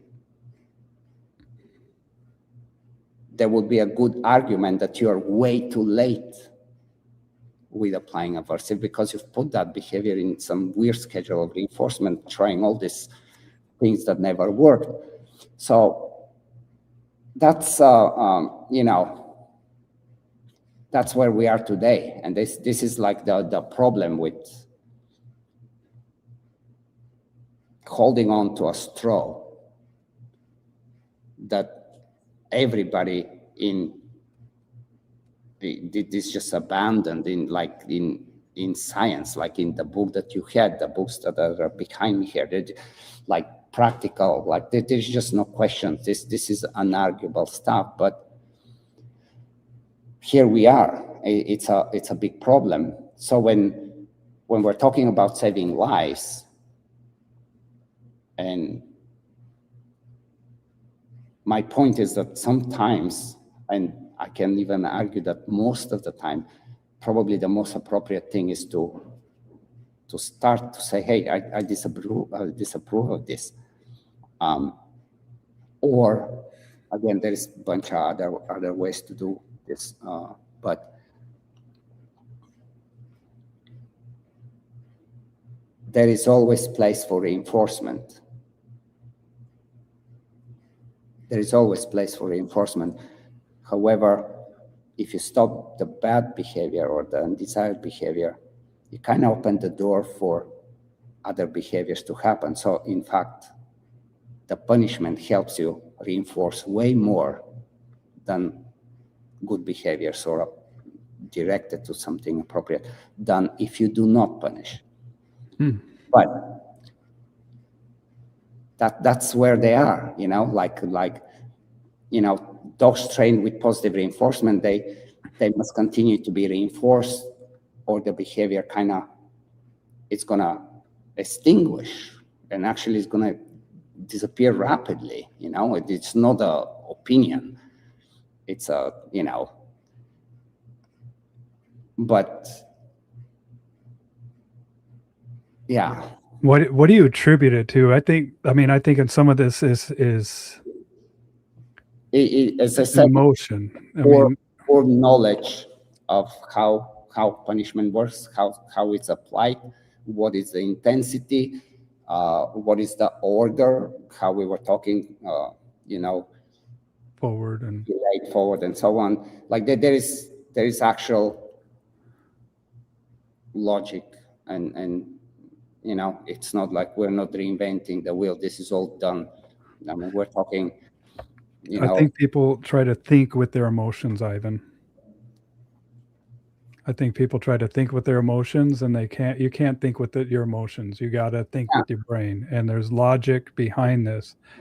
And I think that is the root. When it would be like, well, would you do this to a child? It's like, what the fuck are you talking about?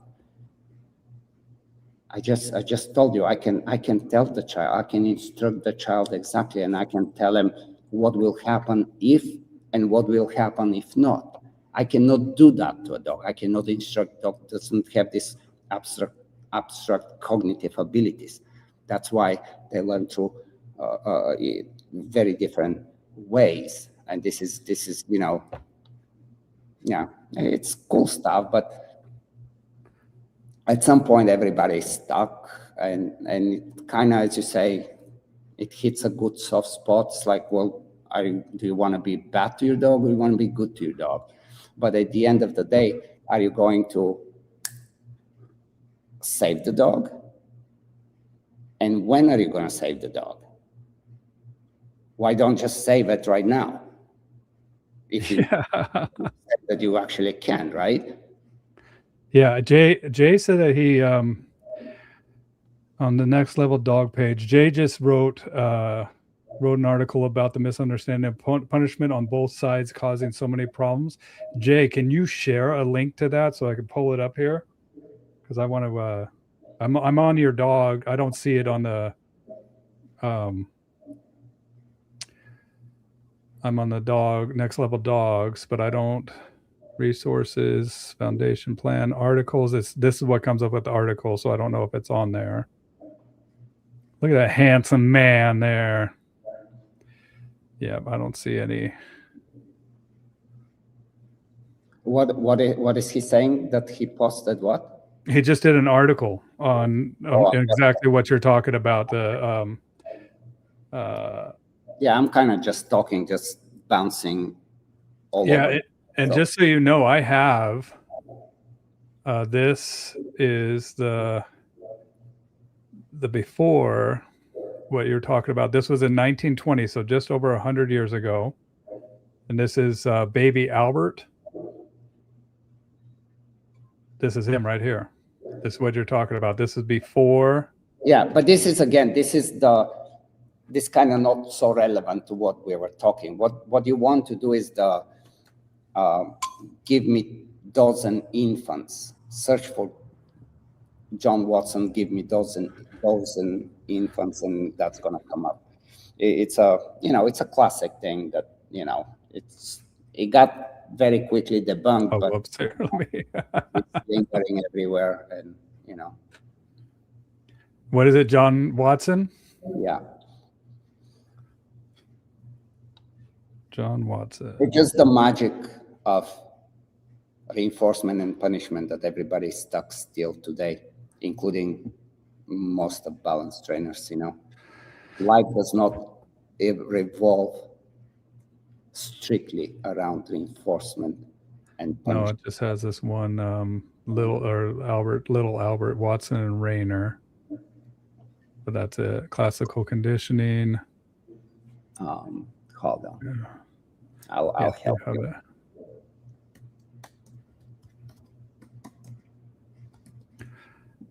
Let me see here. Jesus, Bill wasn't looking for airtime. Just talking about the same thing.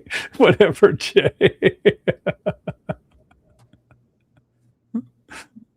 Oh wait, this is off the Jesuits, huh? Interesting.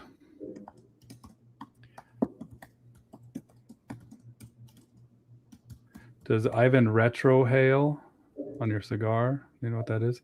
Can Ivan share his ideas? Okay, so he's asked this a couple times.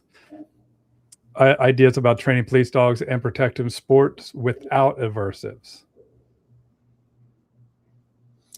So here is the actual what he stated is give me a dozen healthy infants, well formed, and my own specified world to bring them up, and I will guarantee to take anyone at random and train him to become a type of specialist I might select, a doctor, lawyer, artist, and so on, a beggar, regardless of his talents, regardless of tendencies, regardless of abilities, regardless of anything, strictly through reinforcement and punishment. That was a, it was a big deal. And it's still kind of, as I said, it's a problem today. But that's kind of where it starts. There is quite a few very interesting moments in the learning theory over the years that are, again. Well, and I see what he means by the Jesuits. So Ignatius said that, give me a child until he was 7 and I will show you the man. This is basically, there was a, and I have this in the course, one of the first kind of memes that were coming up years ago, and it was a dachshund, and he was on those sticks kind of to stand tall, and the saying was, and now I'm a Doberman, or something like that, and basically it's really going against what the genetics have programmed you. You cannot, there is certain things that reinforcement and punishment are helpless. And again, this is a huge problem with dog training because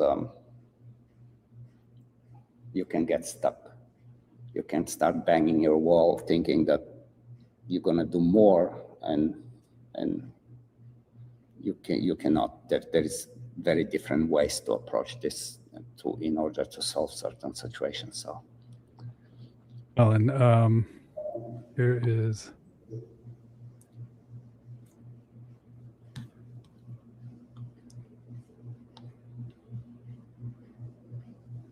You see it? Yes. Yeah, that's basically what they believed in, and somehow they still do. It's like, yeah. People hate dealing with logic these days. Science is exact. It's not arguable. It does not have many roads leading to Rome, which we hear that in dog training. We hear it a lot. In dog training. It's very bad because I always reply to this. Some roads get you there faster. Some are very bumpy. And those people are still traveling. They haven't reached Rome yet. It's a dangerous saying. Instead, you learn the science like gospel and then develop your practice of it into an art that enhances your practical outcomes. Fundamental science never. What's that? I'm just asking everybody, what do you want to talk about? Yeah, what do you guys want to talk about? Psychedelic? No, just kidding. Well, do you know David too? And it's about changing emotional states. Tell me the fastest way to Rome. And that's the, this is like the kind of the premises also, as I was saying, like, again, emotions, with humans, emotions are much more, quite different. Like in the dogs, we have like the mood and affect, balance, and arousal. And there is like this, you can have like a unpleasant and pleasant balance. And depending if it's calm or alert arousal, and when everything fits, you have different states. And in different states, you see and you react in a different way. And you can manipulate this kind of stuff. That there is ways how to do that. And play is one of this way, because play, again, as I was saying, play changes the energy changes the physiology, and physiology changes the emotional state. However, like in a different state, you do and you what do you call it? And you express, see different things. Like if you just go like this, and you shrunk your shoulders and you breathe shallow, and you say, this is a very shitty day. And it becomes a very shitty day. And there is ways to change that. And so, again, psychedelics is just one option that you can work on. Yeah, we won't. It's a very complicated topic. Maybe we'll do one where we have all the data and everything. We'll do another one maybe in 6 months, a year or something. 3 years from now. 3 years from, okay. What's the date? So how it goes, We'll do it on psychedelics. Yeah. Right now, as I'm reading, kind of following people and everything, it seems like there is interesting conversations around negative reinforcement finally, which it should be. Good. There is a lot of conversations about prediction errors, which it should be, But so this is all stuff for me.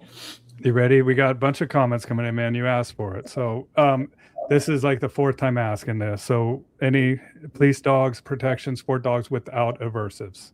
What are your ideas about training police dogs and protection dogs without aversives? It's a paradox. So I think I had a very interesting podcast with Melanie Uda. Yeah, she's awesome. I talked to her about this. So if anybody wants a little more, I think I went quite in detail there, a little bit more in depth. But basically you have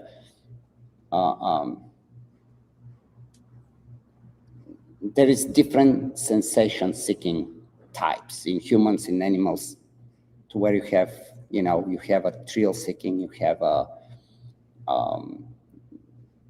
there's just different types of what kicks. Some people like to get punched in the face, like Jay. Some people like to hike. Some people are very dysfunctional. Some people are very bored, predisposition to boredom. So these are just different types, and they kind of go around together. Mark Zuckerberg came with this, and there is a very interesting book, anybody that wants to follow a little bit on that. But again, in that podcast, I talk a little bit and I show some cool examples. Basically, the protection dog stuff is the dogs that like protection sports. They like the adversity and they like to overcome the aversive and the challenges. It's a thrill-seeking sensation. Just like the people that like to punch each other and, do this kind of extreme stuff. So the dogs that like protection, they are basically the same kind of animal genetically. And when you have a dog that likes this and is paired with a force-free trainer, the dog says, I want to do this. And the trainer says, we're going to do it all force-free, though. And it's that's kind of, you know, the paradox, as I say, of you know, trying to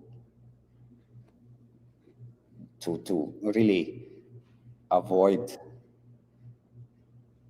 and ignore what the dog is made and what they thrive and what they search for.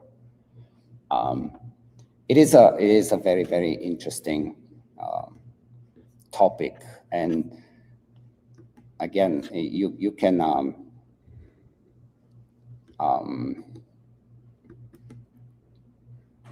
the most crazy part about this is, again, Marvin Zuckerman is the guy, and you have the thrill seeking, which basically, you know, these are activities that require some confrontation. There is some physical risk. There is some, you know, you're dodging bullets.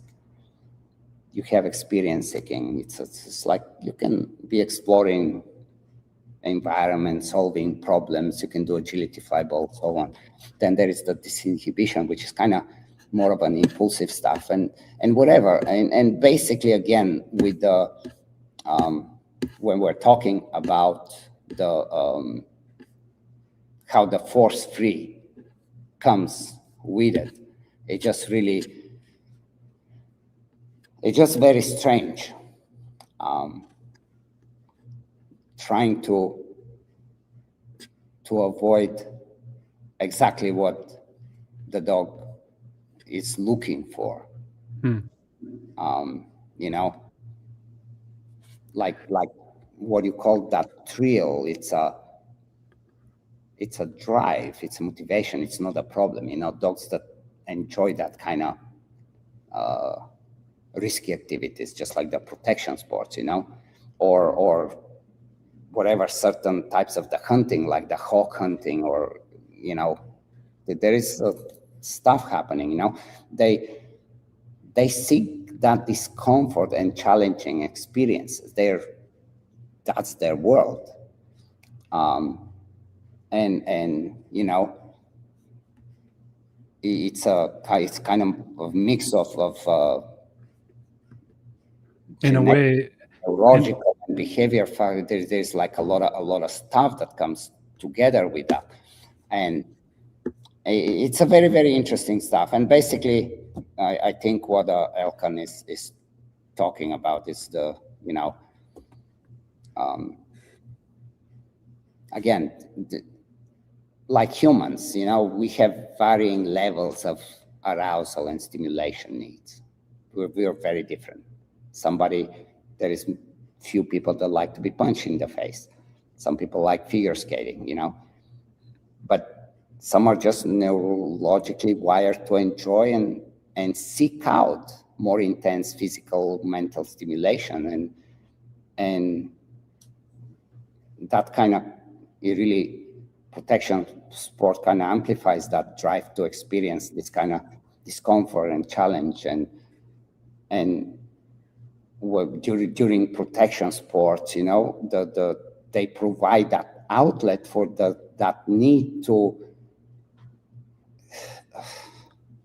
even you can think of like actually regulating that arousal level, and without this kind of outlets for that type of dog or for that kind of kid, they either can become bored or frustrated and eventually lead to what we would call, you know, behavior problems. You know? Well, the ring provides a steam vent for their desire to express this type of behavior, and in a way, the aversive is almost a positive reinforcement in some aspects. Like, they desired that type of life, and to not consider and fulfill their intrinsic desires is a disservice to that individual animal. Right. They have wants and desires that are just as important to them as your wants and desires are to you. And it doesn't mean that we're all the same, but we should give them an opportunity to fulfill that which motivates them. Yeah. All right, we got another comment here. Anything else on that? No, there is one.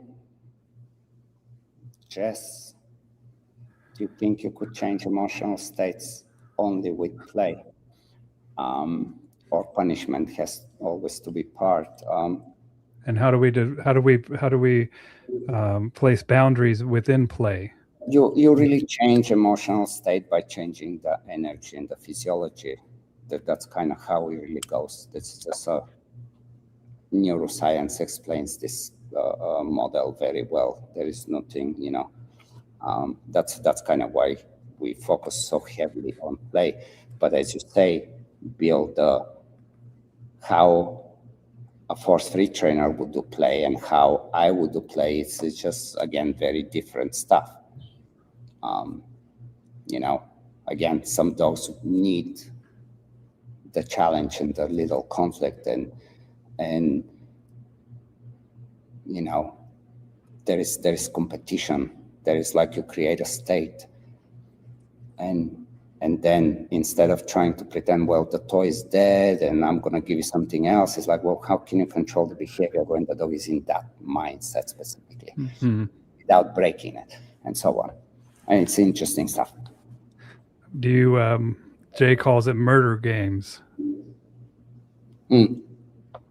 That's essentially what play is for dogs. Yeah. Jay can totally relate on this because that's who Jay is, Yep. Like imagine Jay not having this outlet. He would be probably back in jail. He would be a bad kid, or he would be mentally unstable because that's where that either boredom or the disinhibition comes in place and it leads to bad ideas, and yeah. Leaking drive emotionally. Where does it come from and how do you create it or reinforce it? Is there a genetic aspect? Is this leaking like whining? Is this Most likely that's what it is. So there is so there are trainers out there that are like just so, we just do the dominant collar and we stop him from leaking. So simple. Or the e-collar and hit him at a high level. I mean, he cannot, whatever. I mean, this is like just the dumbest of the dumbest ideas out there. Why dogs leak? There is few reasons, and one can be extremely simple. They are all simple, but let's say one is just like a person. It's a personality trait. You're just a different emotional being. So like, let's say we're doing this in person right now. And I walk out of the room and 5 minutes later I come and I'm like, oh, Bill,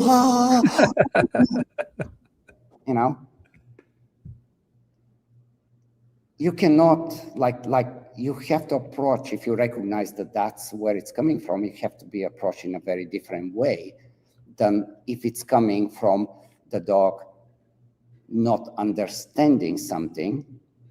And it's like, I'm just so frustrated and in conflict that I don't know, I have no idea how to function here. So the last thing you want to do is just to go, boom, you shut up. Or whether, you gotta analyze and see where it's coming from. And on that's another very easy one to fix. Is just bring clarity to the situation, and the dog takes a deep breath and it's like, okay, thank you, let's go. There is a anticipation, but there's just like many reasons of why this happens. It's not one reason, just like how I don't like to talk about leash reactivity. There's like so many reasons why a dog is reactive on leash, that just putting them in one thing is very incorrect, simply because it doesn't, like once you put such a label, it doesn't allow you to see where the problem is. You start to treat everything universally, and it really hurts when you go to this universal suppression. It's like, of course you can stop him from whining, but he's still whining in here. He's still emotionally unstable, and you're still gonna have a very unproductive session, even though he's not allowed to whine. Is there a genetic aspect to it as well? Yeah, as I said, like, yeah. There is numerous reasons, and you cannot treat them equally. This is like one of the things that sucks also with the ask me anything. What the fuck are we doing? It's like you have this crystal ball, and there is this person that clearly struggles and needs an advice, and says, I have a 4-month-old dog and he's doing this and this, and basically that person gives you some interpretation of what is going on, and you take that for granted, and now you're throwing an advice that you're interpreting, and it goes from bad to worse, to a tragedy. Mm-hmm. It's such a horrible idea to do this kind of stuff, because you're misleading, and you're giving, most of the time, once in a while, you most likely will give a good suggestion, good advice, but can even the person follow that advice? You don't even know who the fuck you're talking to. You're just reading something. But you're doing it why? For likes and for subscribes and creating, content. It's kind of the same thing. Like, I think Dylan was talking recently, and so did, I don't know if it was Jay or was it Larry. Like, when you have a seminar or a workshop, I mean, it's the worst idea to bring a dog that has some serious issues and we're gonna fix them today.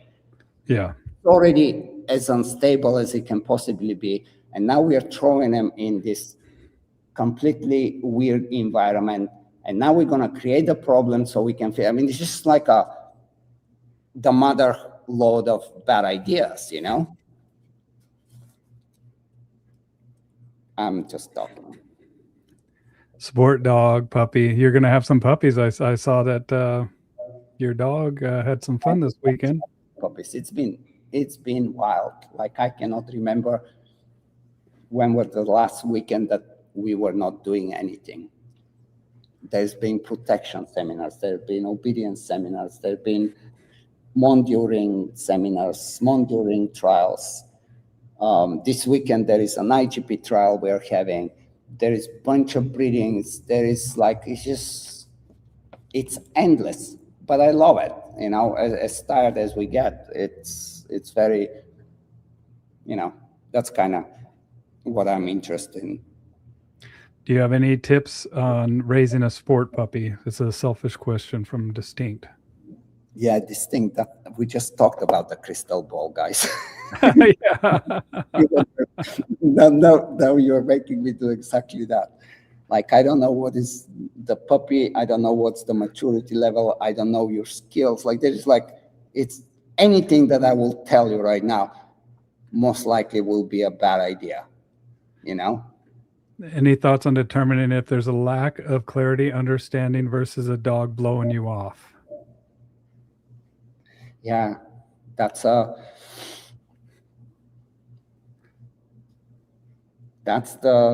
giving you the middle finger. Just kidding. We talked about that earlier. No, that's really the deal breaker, and this is kind of when I teach at the school, like really the most important thing is to understand what is going on and diagnose it correctly. Because if you misdiagnose, you're going to write the wrong prescription. Mm-hmm. So, you know, it can be this or it can be this.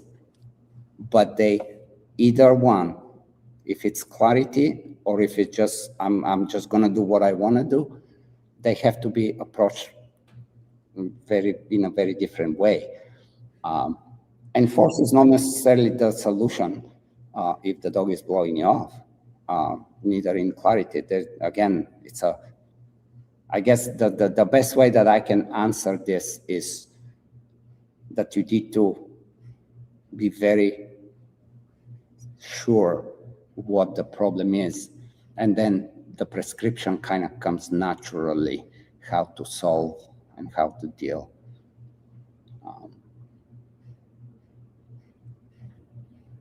Okay. Once she pays off her car, she'll be signing up for the TWC course. When is your next course? I don't know. I have probably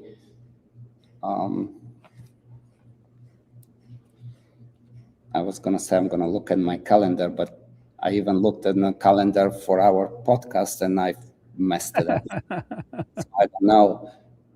But I do have, there is a few more weeks of the current class. So most likely sometime end of May, I would say, or July is when we're going to start the next class. But that's easy. That you can find this. You can just email us. Well, trainingwithoutconflict.com is the website. I'll post it up here. Yeah, that's easy. Anything else you want to touch on, man? Or you, Ivan talks something that has found, let me see. Ivan talks like someone that has found a scientific method to his art and is now tired of the dilly-dallying with the muck. Do you know David? I'm so bad with names that I think I know. Logics. Because I believe I actually stopped him at the ICP, the last one, but I missed his presentation, and then we were going to hang out, and of course something happened. Yeah, so that presentation filled up like that. I missed it too because it was too many people. They had a limited amount of seats there, but David's brilliant. He's one of my favorite people in the world. Love you, David. And David, are you going to be at the next IECP conference? Let me know in the comments. And I hope you can make it, Ivan. I don't know. Like August. I am not making it, but I cannot remember why I'm not making it, but I know I'm not. I'm telling you, sometimes they get me very frustrated, these conferences, man. Because I don't know. Like I like to be, once you make a presentation and then there is a Q&A. Nice. I don't think the Q&As need to be always, that was very nice, and what about this? I'd like to challenge your ideas, whomever you are, and once you stand on your ideas, that's when it gets interesting to me. But if I can rattle your ideas, that's also interesting to me because it makes both of us or everybody think about it, Yeah, and I like you rattling my ideas, man. I like it. Yeah. What do you think what do you anticipate the next biggest innovation, dog training tools or methods? Or AI and robotics? That's what I think. Yeah, no, I think even if AI is eventually train dogs, I think, I don't know. My take is that maybe dog training is going to become this exotic, cool thing that we can do. Even though if the AI does it, that will be kind of something that we can step outside the art of dog training, man. I think so. But otherwise, I don't know. As far as I'm sure there is discoveries all the time. There will be. We evolve. There's no question. I think the electric color is by far the most like really amazing tool as far as if on the aversive side of things. But what is going to be the next frontier? Who knows? We're going to find out soon because it's moving so fast. It is. Well, in brain imaging, protein mapping, there's so many different things that we're going to be.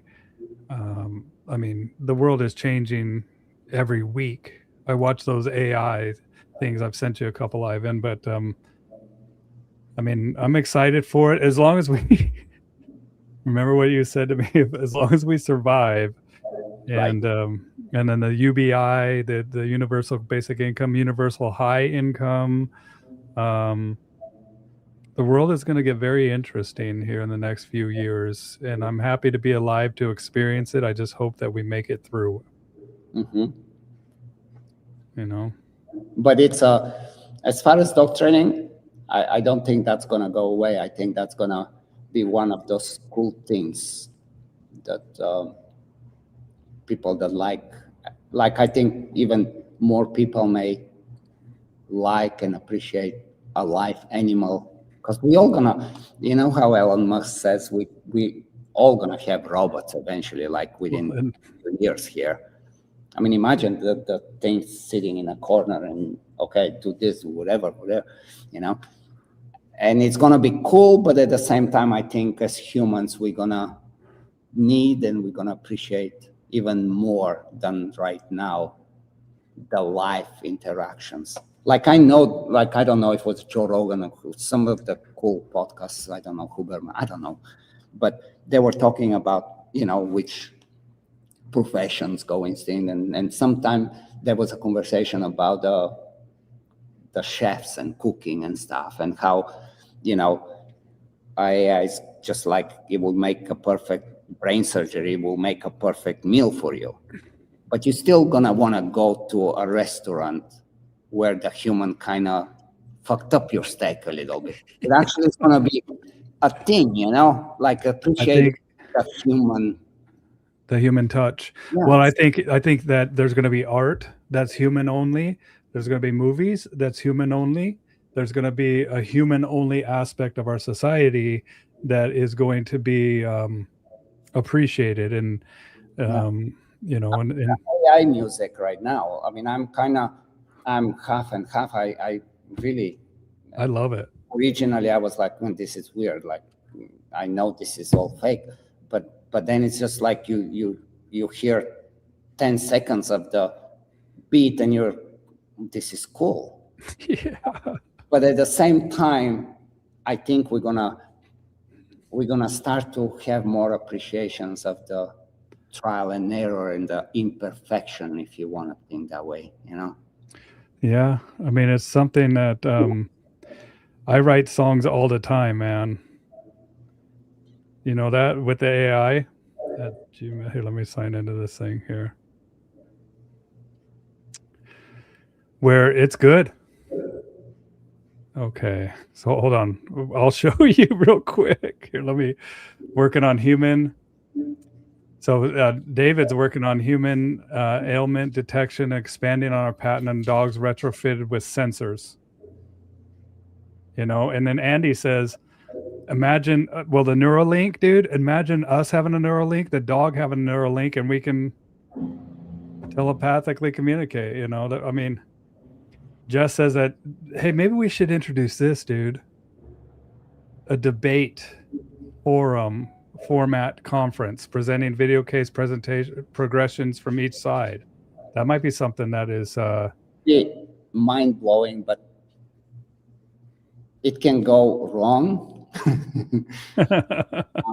Well, we need a moderator, a good moderator. Yes, you absolutely need a moderator, and then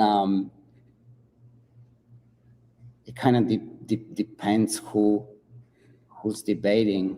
I love debates. I mean, I watch debates all the time, like in any kind of debates. This is very, very interesting to me. And I think debates are a must-have, like what she's saying. I think she's absolutely 100% on the right track. I think this is how. It's just like, you know, even if in science you write a paper, you have the peer review and everything is good, but then you present it and then you have questions and then somebody challenges your idea. Mm-hmm. And now you have to have the knowledge and ability to defend it. And something good comes out of this. I think always something good comes out of this, but yeah, it's not and even when we're talking about this kind of debates, it's not necessarily I have to win and you have to lose. It's just like it's a really conversation where you challenge and you listen and you get challenged. And ultimately, both sides evolve in a good way. Like there is no, you know, it's a very good way of moving forward, but well, it's also uncomfortable too.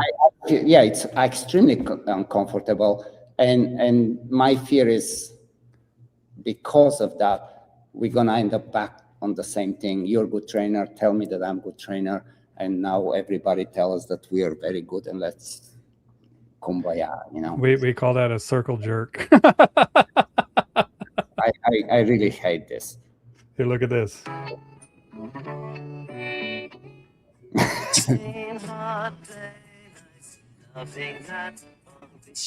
Yes. Yeah. This is. That's just written by about. Here, let's see. This one is about TWC here.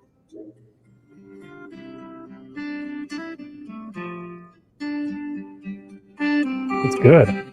Part of the town, there's a place to be where dogs learn to play. So wild and free with love and respect, they'll teach you the way. Conflict fades as they brighten the day. At Ivan School we grow and we learn with joy and trust a bright fire. Just written like instantly, dude. Like it's wild. Yep. Wild, and you can change the style. You can. I mean, it's just. Kurubel says that he'll debate you on the Napo system on your podcast. He'd be happy. So challenge ideas. Okay. It would be nice if someone find me a scientist to debate on odor with. They always find an excuse to avoid it. Cool, man. Yeah, I would agree with David on this because a few years ago I had Simon Gabois, the Canadian ethologist. You know, I had when man, I don't know.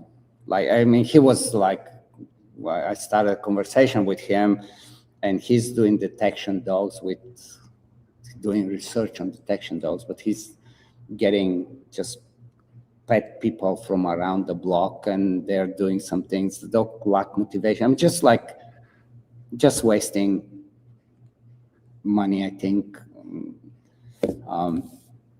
Not even understanding anything. So I can totally relate to David's frustration. It's like but they're afraid to debate because they get exposed, and that's the last thing they want to happen. Yeah, it's very difficult. The whole thing is very difficult. Just like Kirubel right now, he keeps pushing the envelope, and I've clearly told him that we're cool. Like there is no reason for him to do, but he goes on. So go on. Well, we're all free to. That's a beautiful thing about living in a free country and being free human beings is that we're free to express ourselves in the way. But the thing is that there are dogs that are counting on us, and it is our moral obligation, in my opinion, to be the best stewards of these animals that we can be. Yeah. Yeah.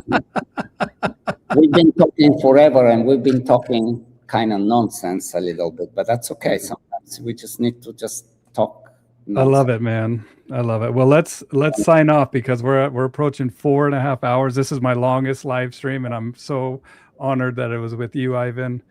And All right, I'll come back down there. You know, I'm gonna. What's that?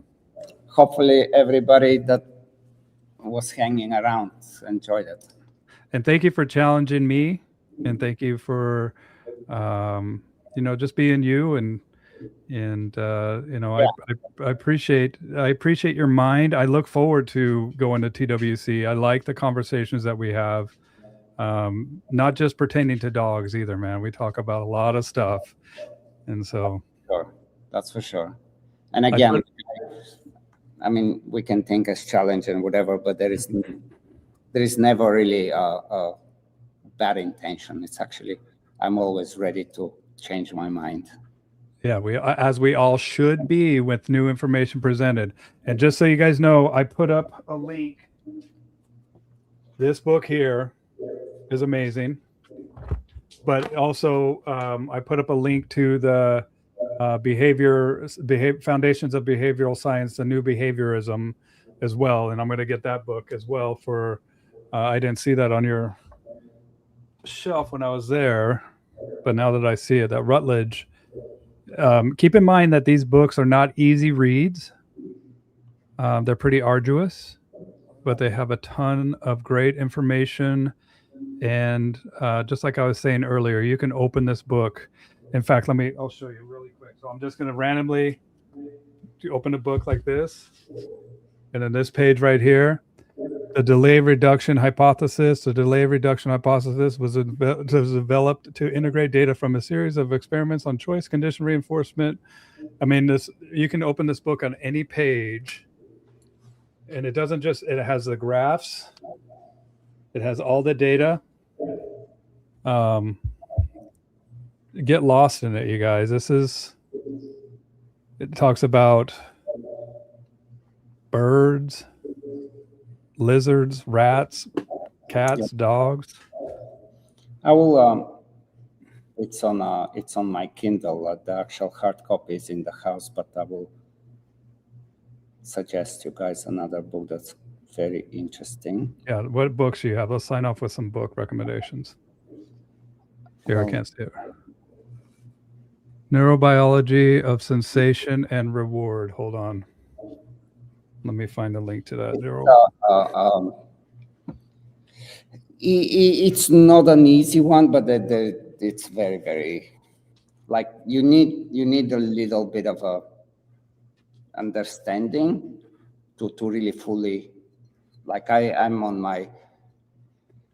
kind of went through it one time just like this, and now I'm really focused on very interesting topics of it. It is a very, it's very, very interesting book. I put a link in the comments there, you guys, for this book. All right, Ivan, let's say goodbye to everybody here. Thank you guys for listening to all that nonsense. We'll do it again. Thanks, man.